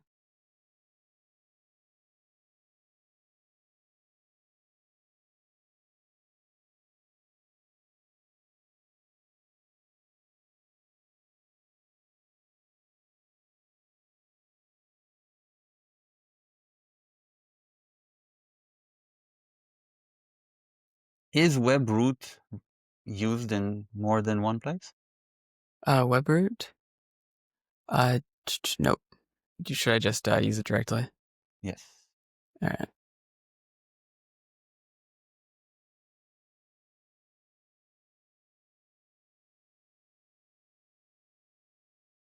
Next build dev a packages system website.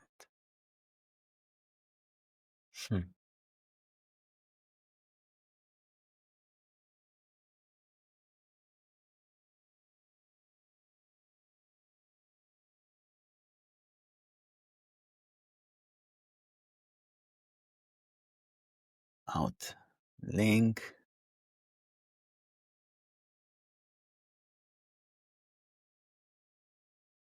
Outlink serve path. Results. This needs to be run from the project root. Yeah, maybe we should fix that. So it could change We into need any to directory, obtain the or... project root at runtime. Yeah. Is there a... That's probably It's probably... command that gets it's the git root. In fact, there's a git. Let me see if I can remember. Git rev parse. Try it in your shell. Rev parse. Git rev parse and the flag project root. Project. Root. Search for root. Show super project working tree. Show Parse. search for root here. Oh. There's only 2 occurrences of the word root. Maybe this? It's git rev parse and something. Git ref parse. Root. Work tree. Something. Work. Oh yeah, it might be the work tree root. Work. Works. Oop. Work. Not word.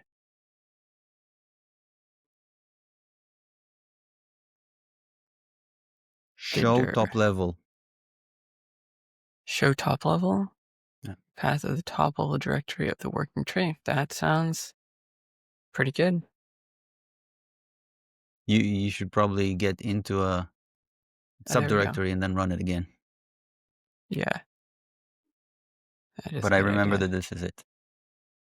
Yep, that looks right. All right. Probably want to make a let for this. A let? For the command? New shell let, of course. Oh, I gotcha. I was wondering how that was gonna... let equals, and then is this a sub shell? Is this the way to do it? Let top level. Let me just try it out. Let's just open up a new shell. Docs, new shell, new, and if we just go, let's see.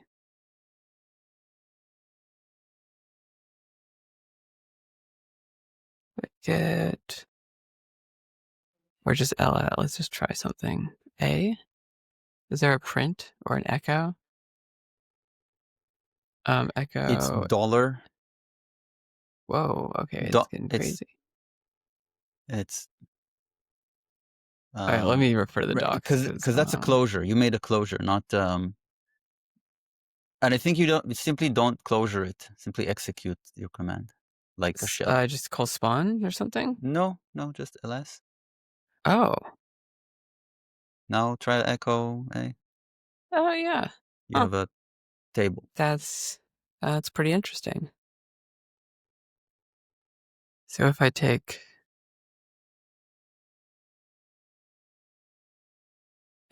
this guy, execute in here. Boop. Oh yeah, look at that. Nice. Build command. Okay. Do we just CD or yeah, what's I don't think there's a need to CD. We just pass that git root to wherever it needs to be. Oh, okay. Just call Nick's build, and then out path will be.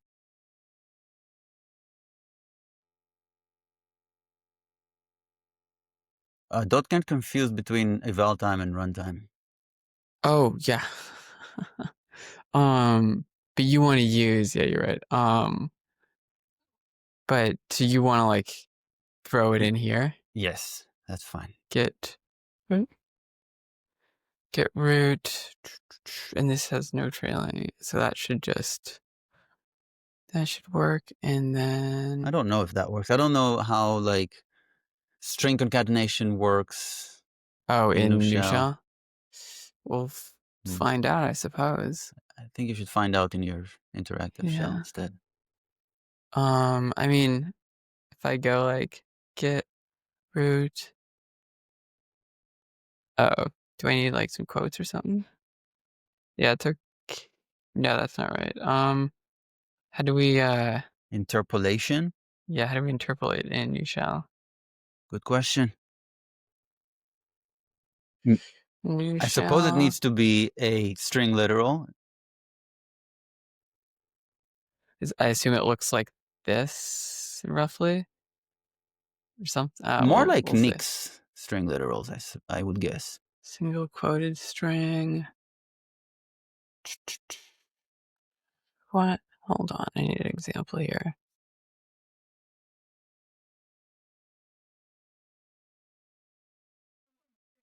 Oh, it looks like that.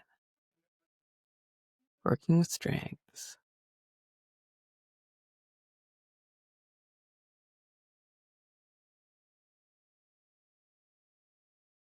Oh, it's got that rest style thing. Huh.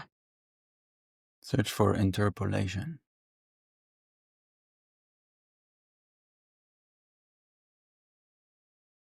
There's single quoted interpolation and double quoted interpolation. All right, it looks like Dollar double quote, and then so anything in, huh? Parentheses. Interesting syntax. All right.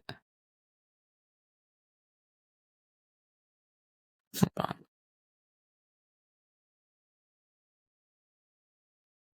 Okay, so we want dollar double quote, and this is Parentheses. oh wait, hold on. This would just be get root.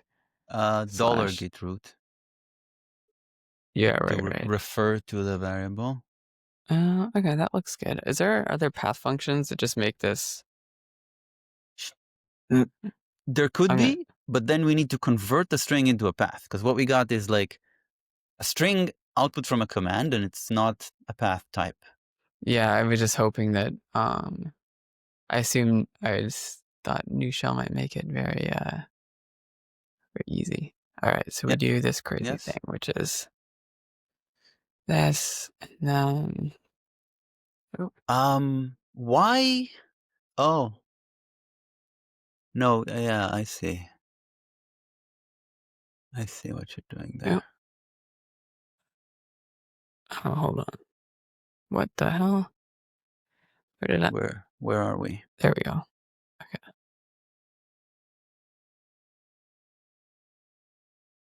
Okay, does that crazy incantation look right? That's And it's something. All right, git root, build command, same build command, and then pull. Then we're serving from the same crazy thing. Okay.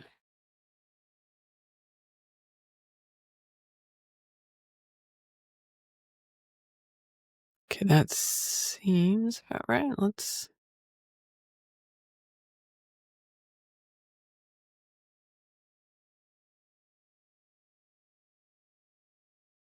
So we need a runtime serve path, absolute serve path variable. Right, yeah. Because let me just cat this script so I can understand what we're looking at here. Okay. And that looks right. Yep. Okay, that makes sense. Spawn. Okay, then it opens result. Yeah, that's right.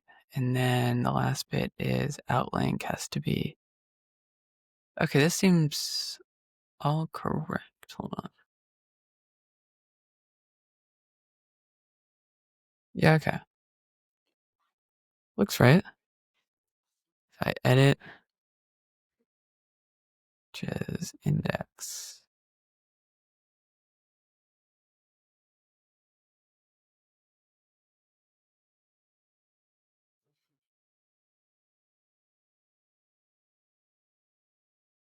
Oh, is not? Oh, yeah, right. Okay. Oop. Errors look are rendering nicely. All right, looks. Yep, that looks right. Okay. Looking good. Is it easy to wrap strings? Is getting kind of long. What's the what's this? I'm assuming that works. Before you do that, Yeah. perhaps we want a binding, a runtime binding for the serve path. A runtime binding for serve path. Oh, I 'Cause see. we do that twice. Serve path. Yeah, okay. Serve path. You want to just extract this part right here? Yes. Gotcha.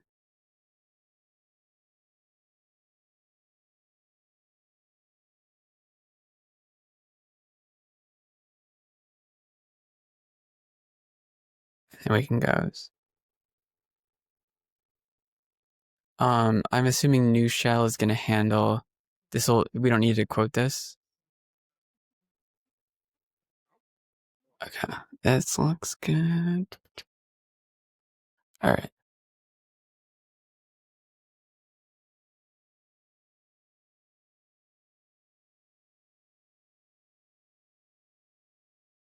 Serve path, serve path. Oop, okay, let's see what that does.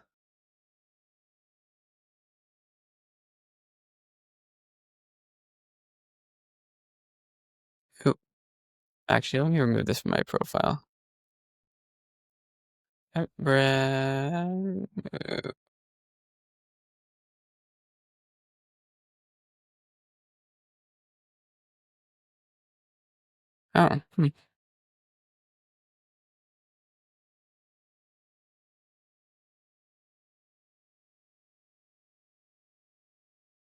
Oh, okay, that looks looking good.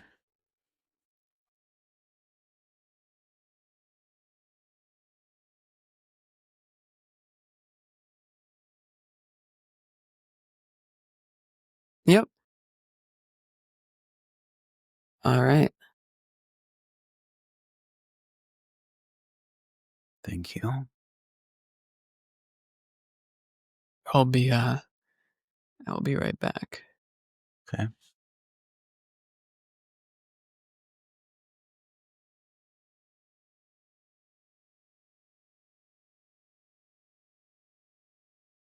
Build command, mix build, git root dev, a packages, system website, outlink.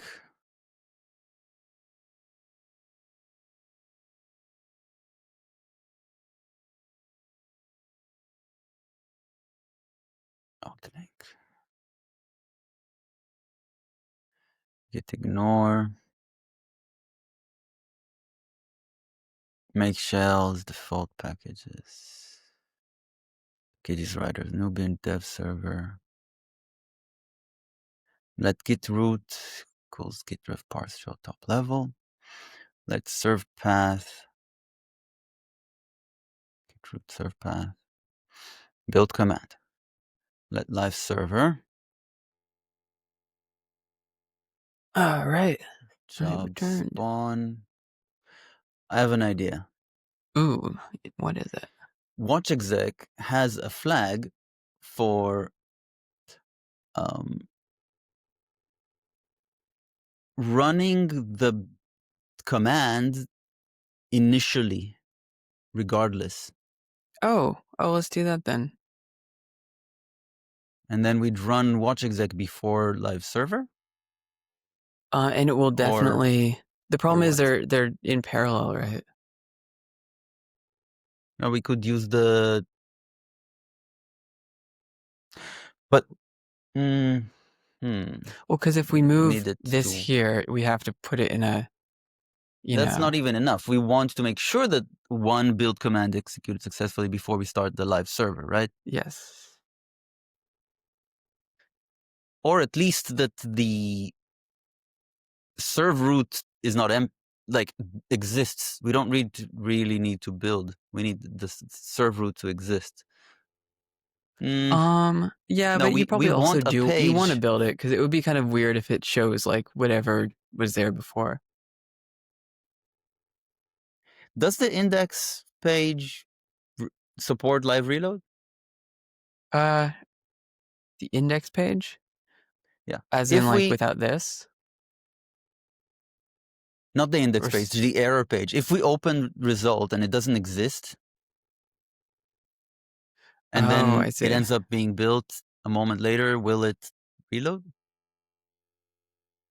Oh, because you wanted to start up the live server even if it can't build.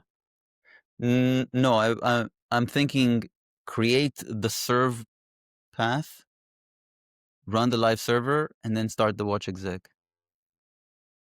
We create serve path ourselves. Or what's the reason? I'm not. Then we don't need the build command twice. Oh, so you're thinking we just go like we just mkdir this here, or Yes, not? but this I works just only if live server can recover from that. Like the yeah. error page has the WebSockets script injected as well. Let's let us find out. Wait.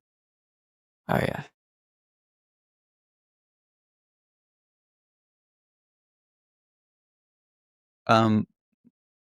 Okay, yeah. Ooh. Oh wait, is mkdir different in I bet it is. new shell?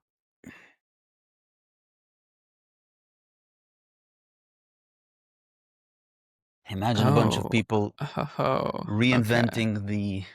I don't know how I feel about that. That's a little bit of a. The name of the path's multiple. Interesting.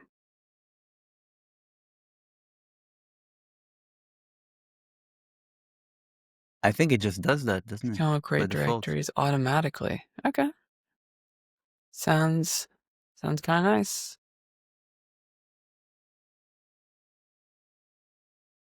Okay, and then we don't have it. And then if we dev server it up, no such file or directory.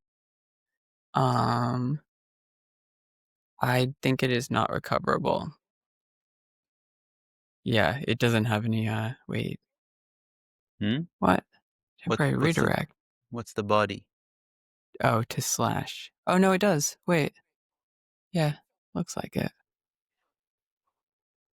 So it should. Let's try it out. Looks like you were You're cooking there.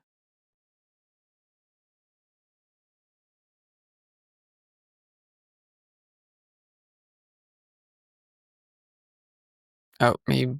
Wait. Huh.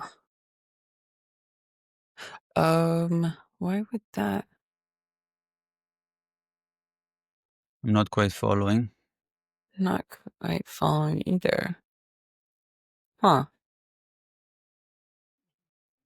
I'm not sure why it. Yeah, it's not reloading. Huh. But yeah, it looks like it doesn't. Although when I curled it, it seemed like it would.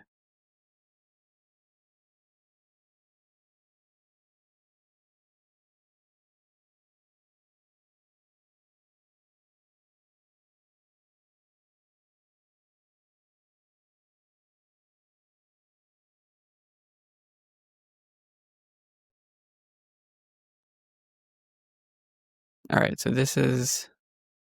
You just Oh, started live server. yeah, wrong one. You are right. Okay, so this is what. Yeah, I mean that's just kind of a bad experience. I Wait, feel hold on. like. Hold on. Why did you reload manually? Oh, it won't reload on it automatically. How did you decide that it won't reload? Can you slowly? How did I decide it can't reload? It did not reload, right? Yeah. But did a rebuild occur? Did Yes. any build occur? Yes. Because it what is it? Watch exec will build it at least once, it seems like always. Really? Yeah, it seems like it. Let's try.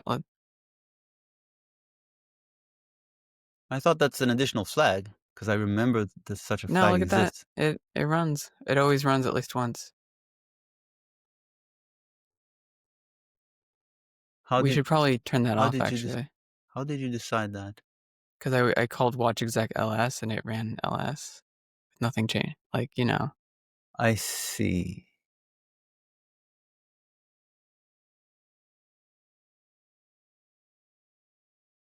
And we didn't get a reload. we did not get a reload. That's probably because it's a race condition. It simply happens too fast. The race condition. Yeah, by the Yeah, time your maybe. browser loads up and Well, we can test if it's a race condition. Let's see. Dev server. Okay, so here's a dev server, mm-hmm, and it has built, but it hasn't reloaded. mm-hmm. It looks like it doesn't send. There's no content being sent. It looks like, yeah, it doesn't send anything.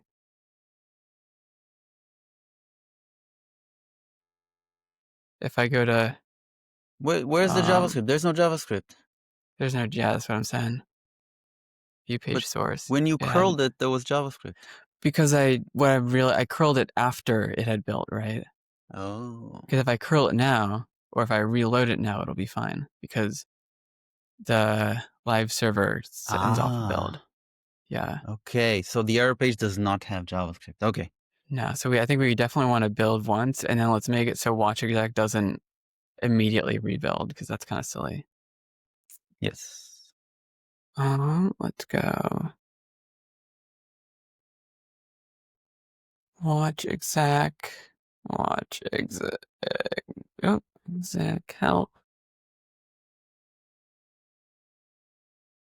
Oh wow, there's a lot going on here.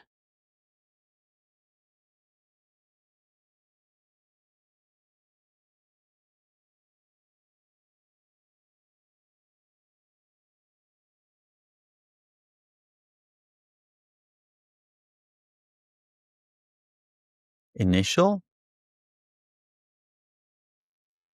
No, no such word found. Start First. up. Postpone is, I think, what we want. Postpone. Wait until the first change before running. Yeah, okay. Good. All right, let's see how that. Let's.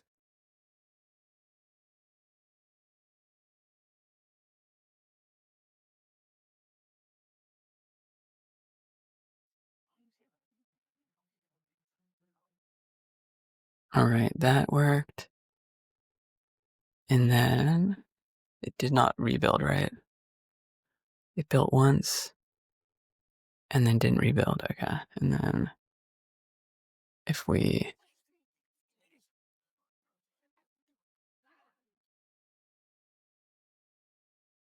that built and that, yeah, okay.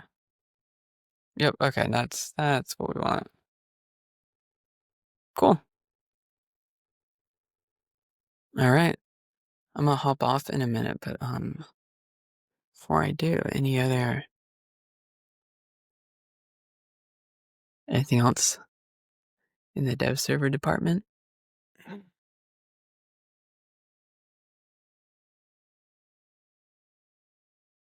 Yes. Well, not. I mean, one thing is now that there's more than one value for git ignore.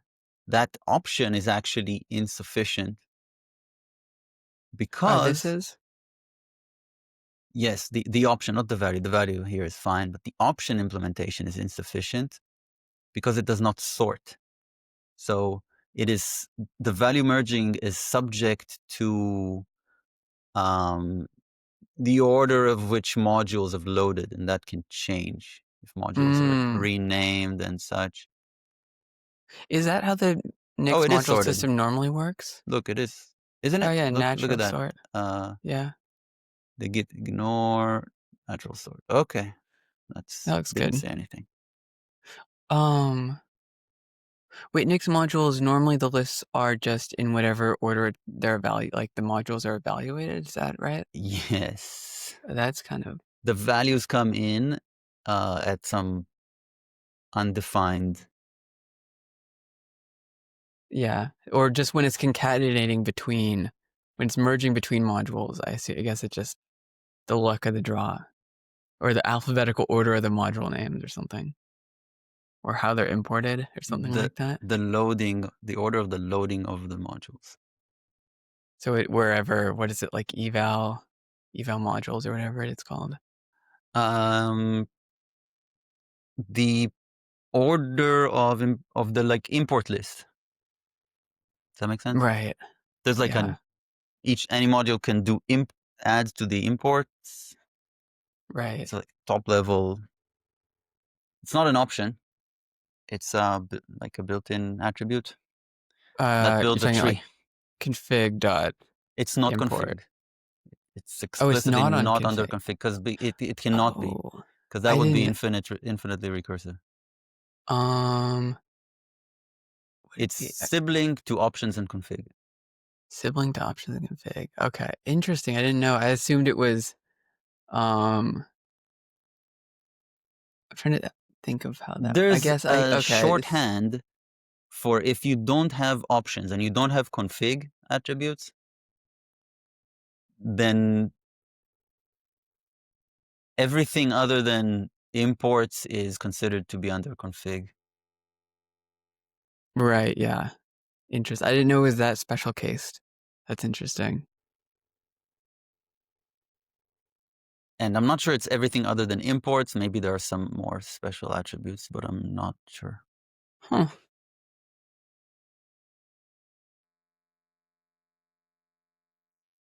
So I Gotcha. think we can ship this.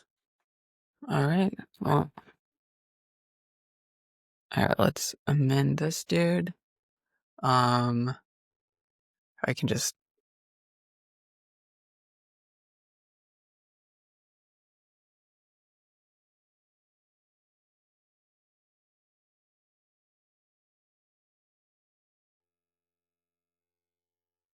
It's already as is. It's actually useful, right? Like this, a single command opens the browser for you as well, right? Yeah. And it just works. You don't need to care about where it is served. That's all taken care of for you. You just run this and start editing. Yeah. The only thing is, it does. I don't know because it just opens your browser. I'm just gonna assume that just kind of works. It's I probably don't using know. XDG open. I hope so. Mm-hmm. There's a Rust crate for that. Oh, That's probably what it's using. all right. I think this is all right. Look good. What did you do? Did you make a PR or you're making a PR? No, Just this push just it to that's just master. the diff. Okay, we're good. All right, I'll push it to master. But what's the git commit message then there? I Hold on. didn't pay attention. Dev server. Here I'll amend it. Okay, it's not a feature because it's for development, so let's call it It's a chore. chore. Just dev server. Just dev. Dev server. Good enough for me. Good enough. All right. I'll push it to master. Yes, that's good work. Can you do a Nixflake check before? Ooh, yeah, good point. Me reset hard. Origin minister. Do you know the trick? What's that? There's a dollar curly's at curly upstream. You can do git reset with the hard flag, and then instead of origin/master, Oh, I can just type do at curly upstream. upstream close curly, and that would be whatever the upstream branch for this branch, the tracking branch. Oh, huh. Oh, neato. Hold on. Let me just cherry pick that guy. Here a flag, and I want. Where is?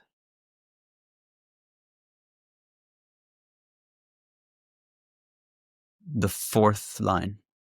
Fourth line? It's check out. Yep. Wait. Yeah, here we go. All right.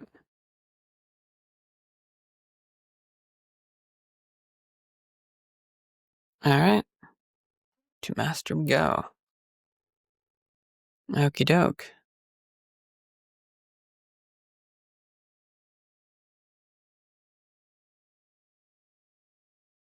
Well, hopefully that will be marginally more useful.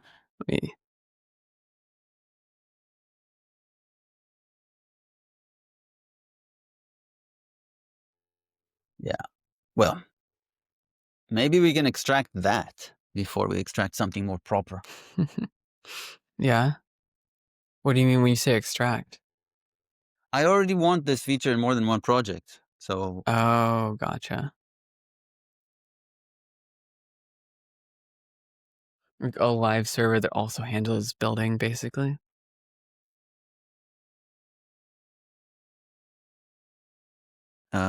Yes, arbitrary rebuild command and something like that. But we'll cross the bridge when we get to it. There you go. Okie doke. Good work, my son. Yeah. I'll go have lunch. All right. Well, I'm gonna get off to sleep over here. Looking forward to next time. If you have watched all the way through, and it was fun, consider joining us. There's room for more. There you go.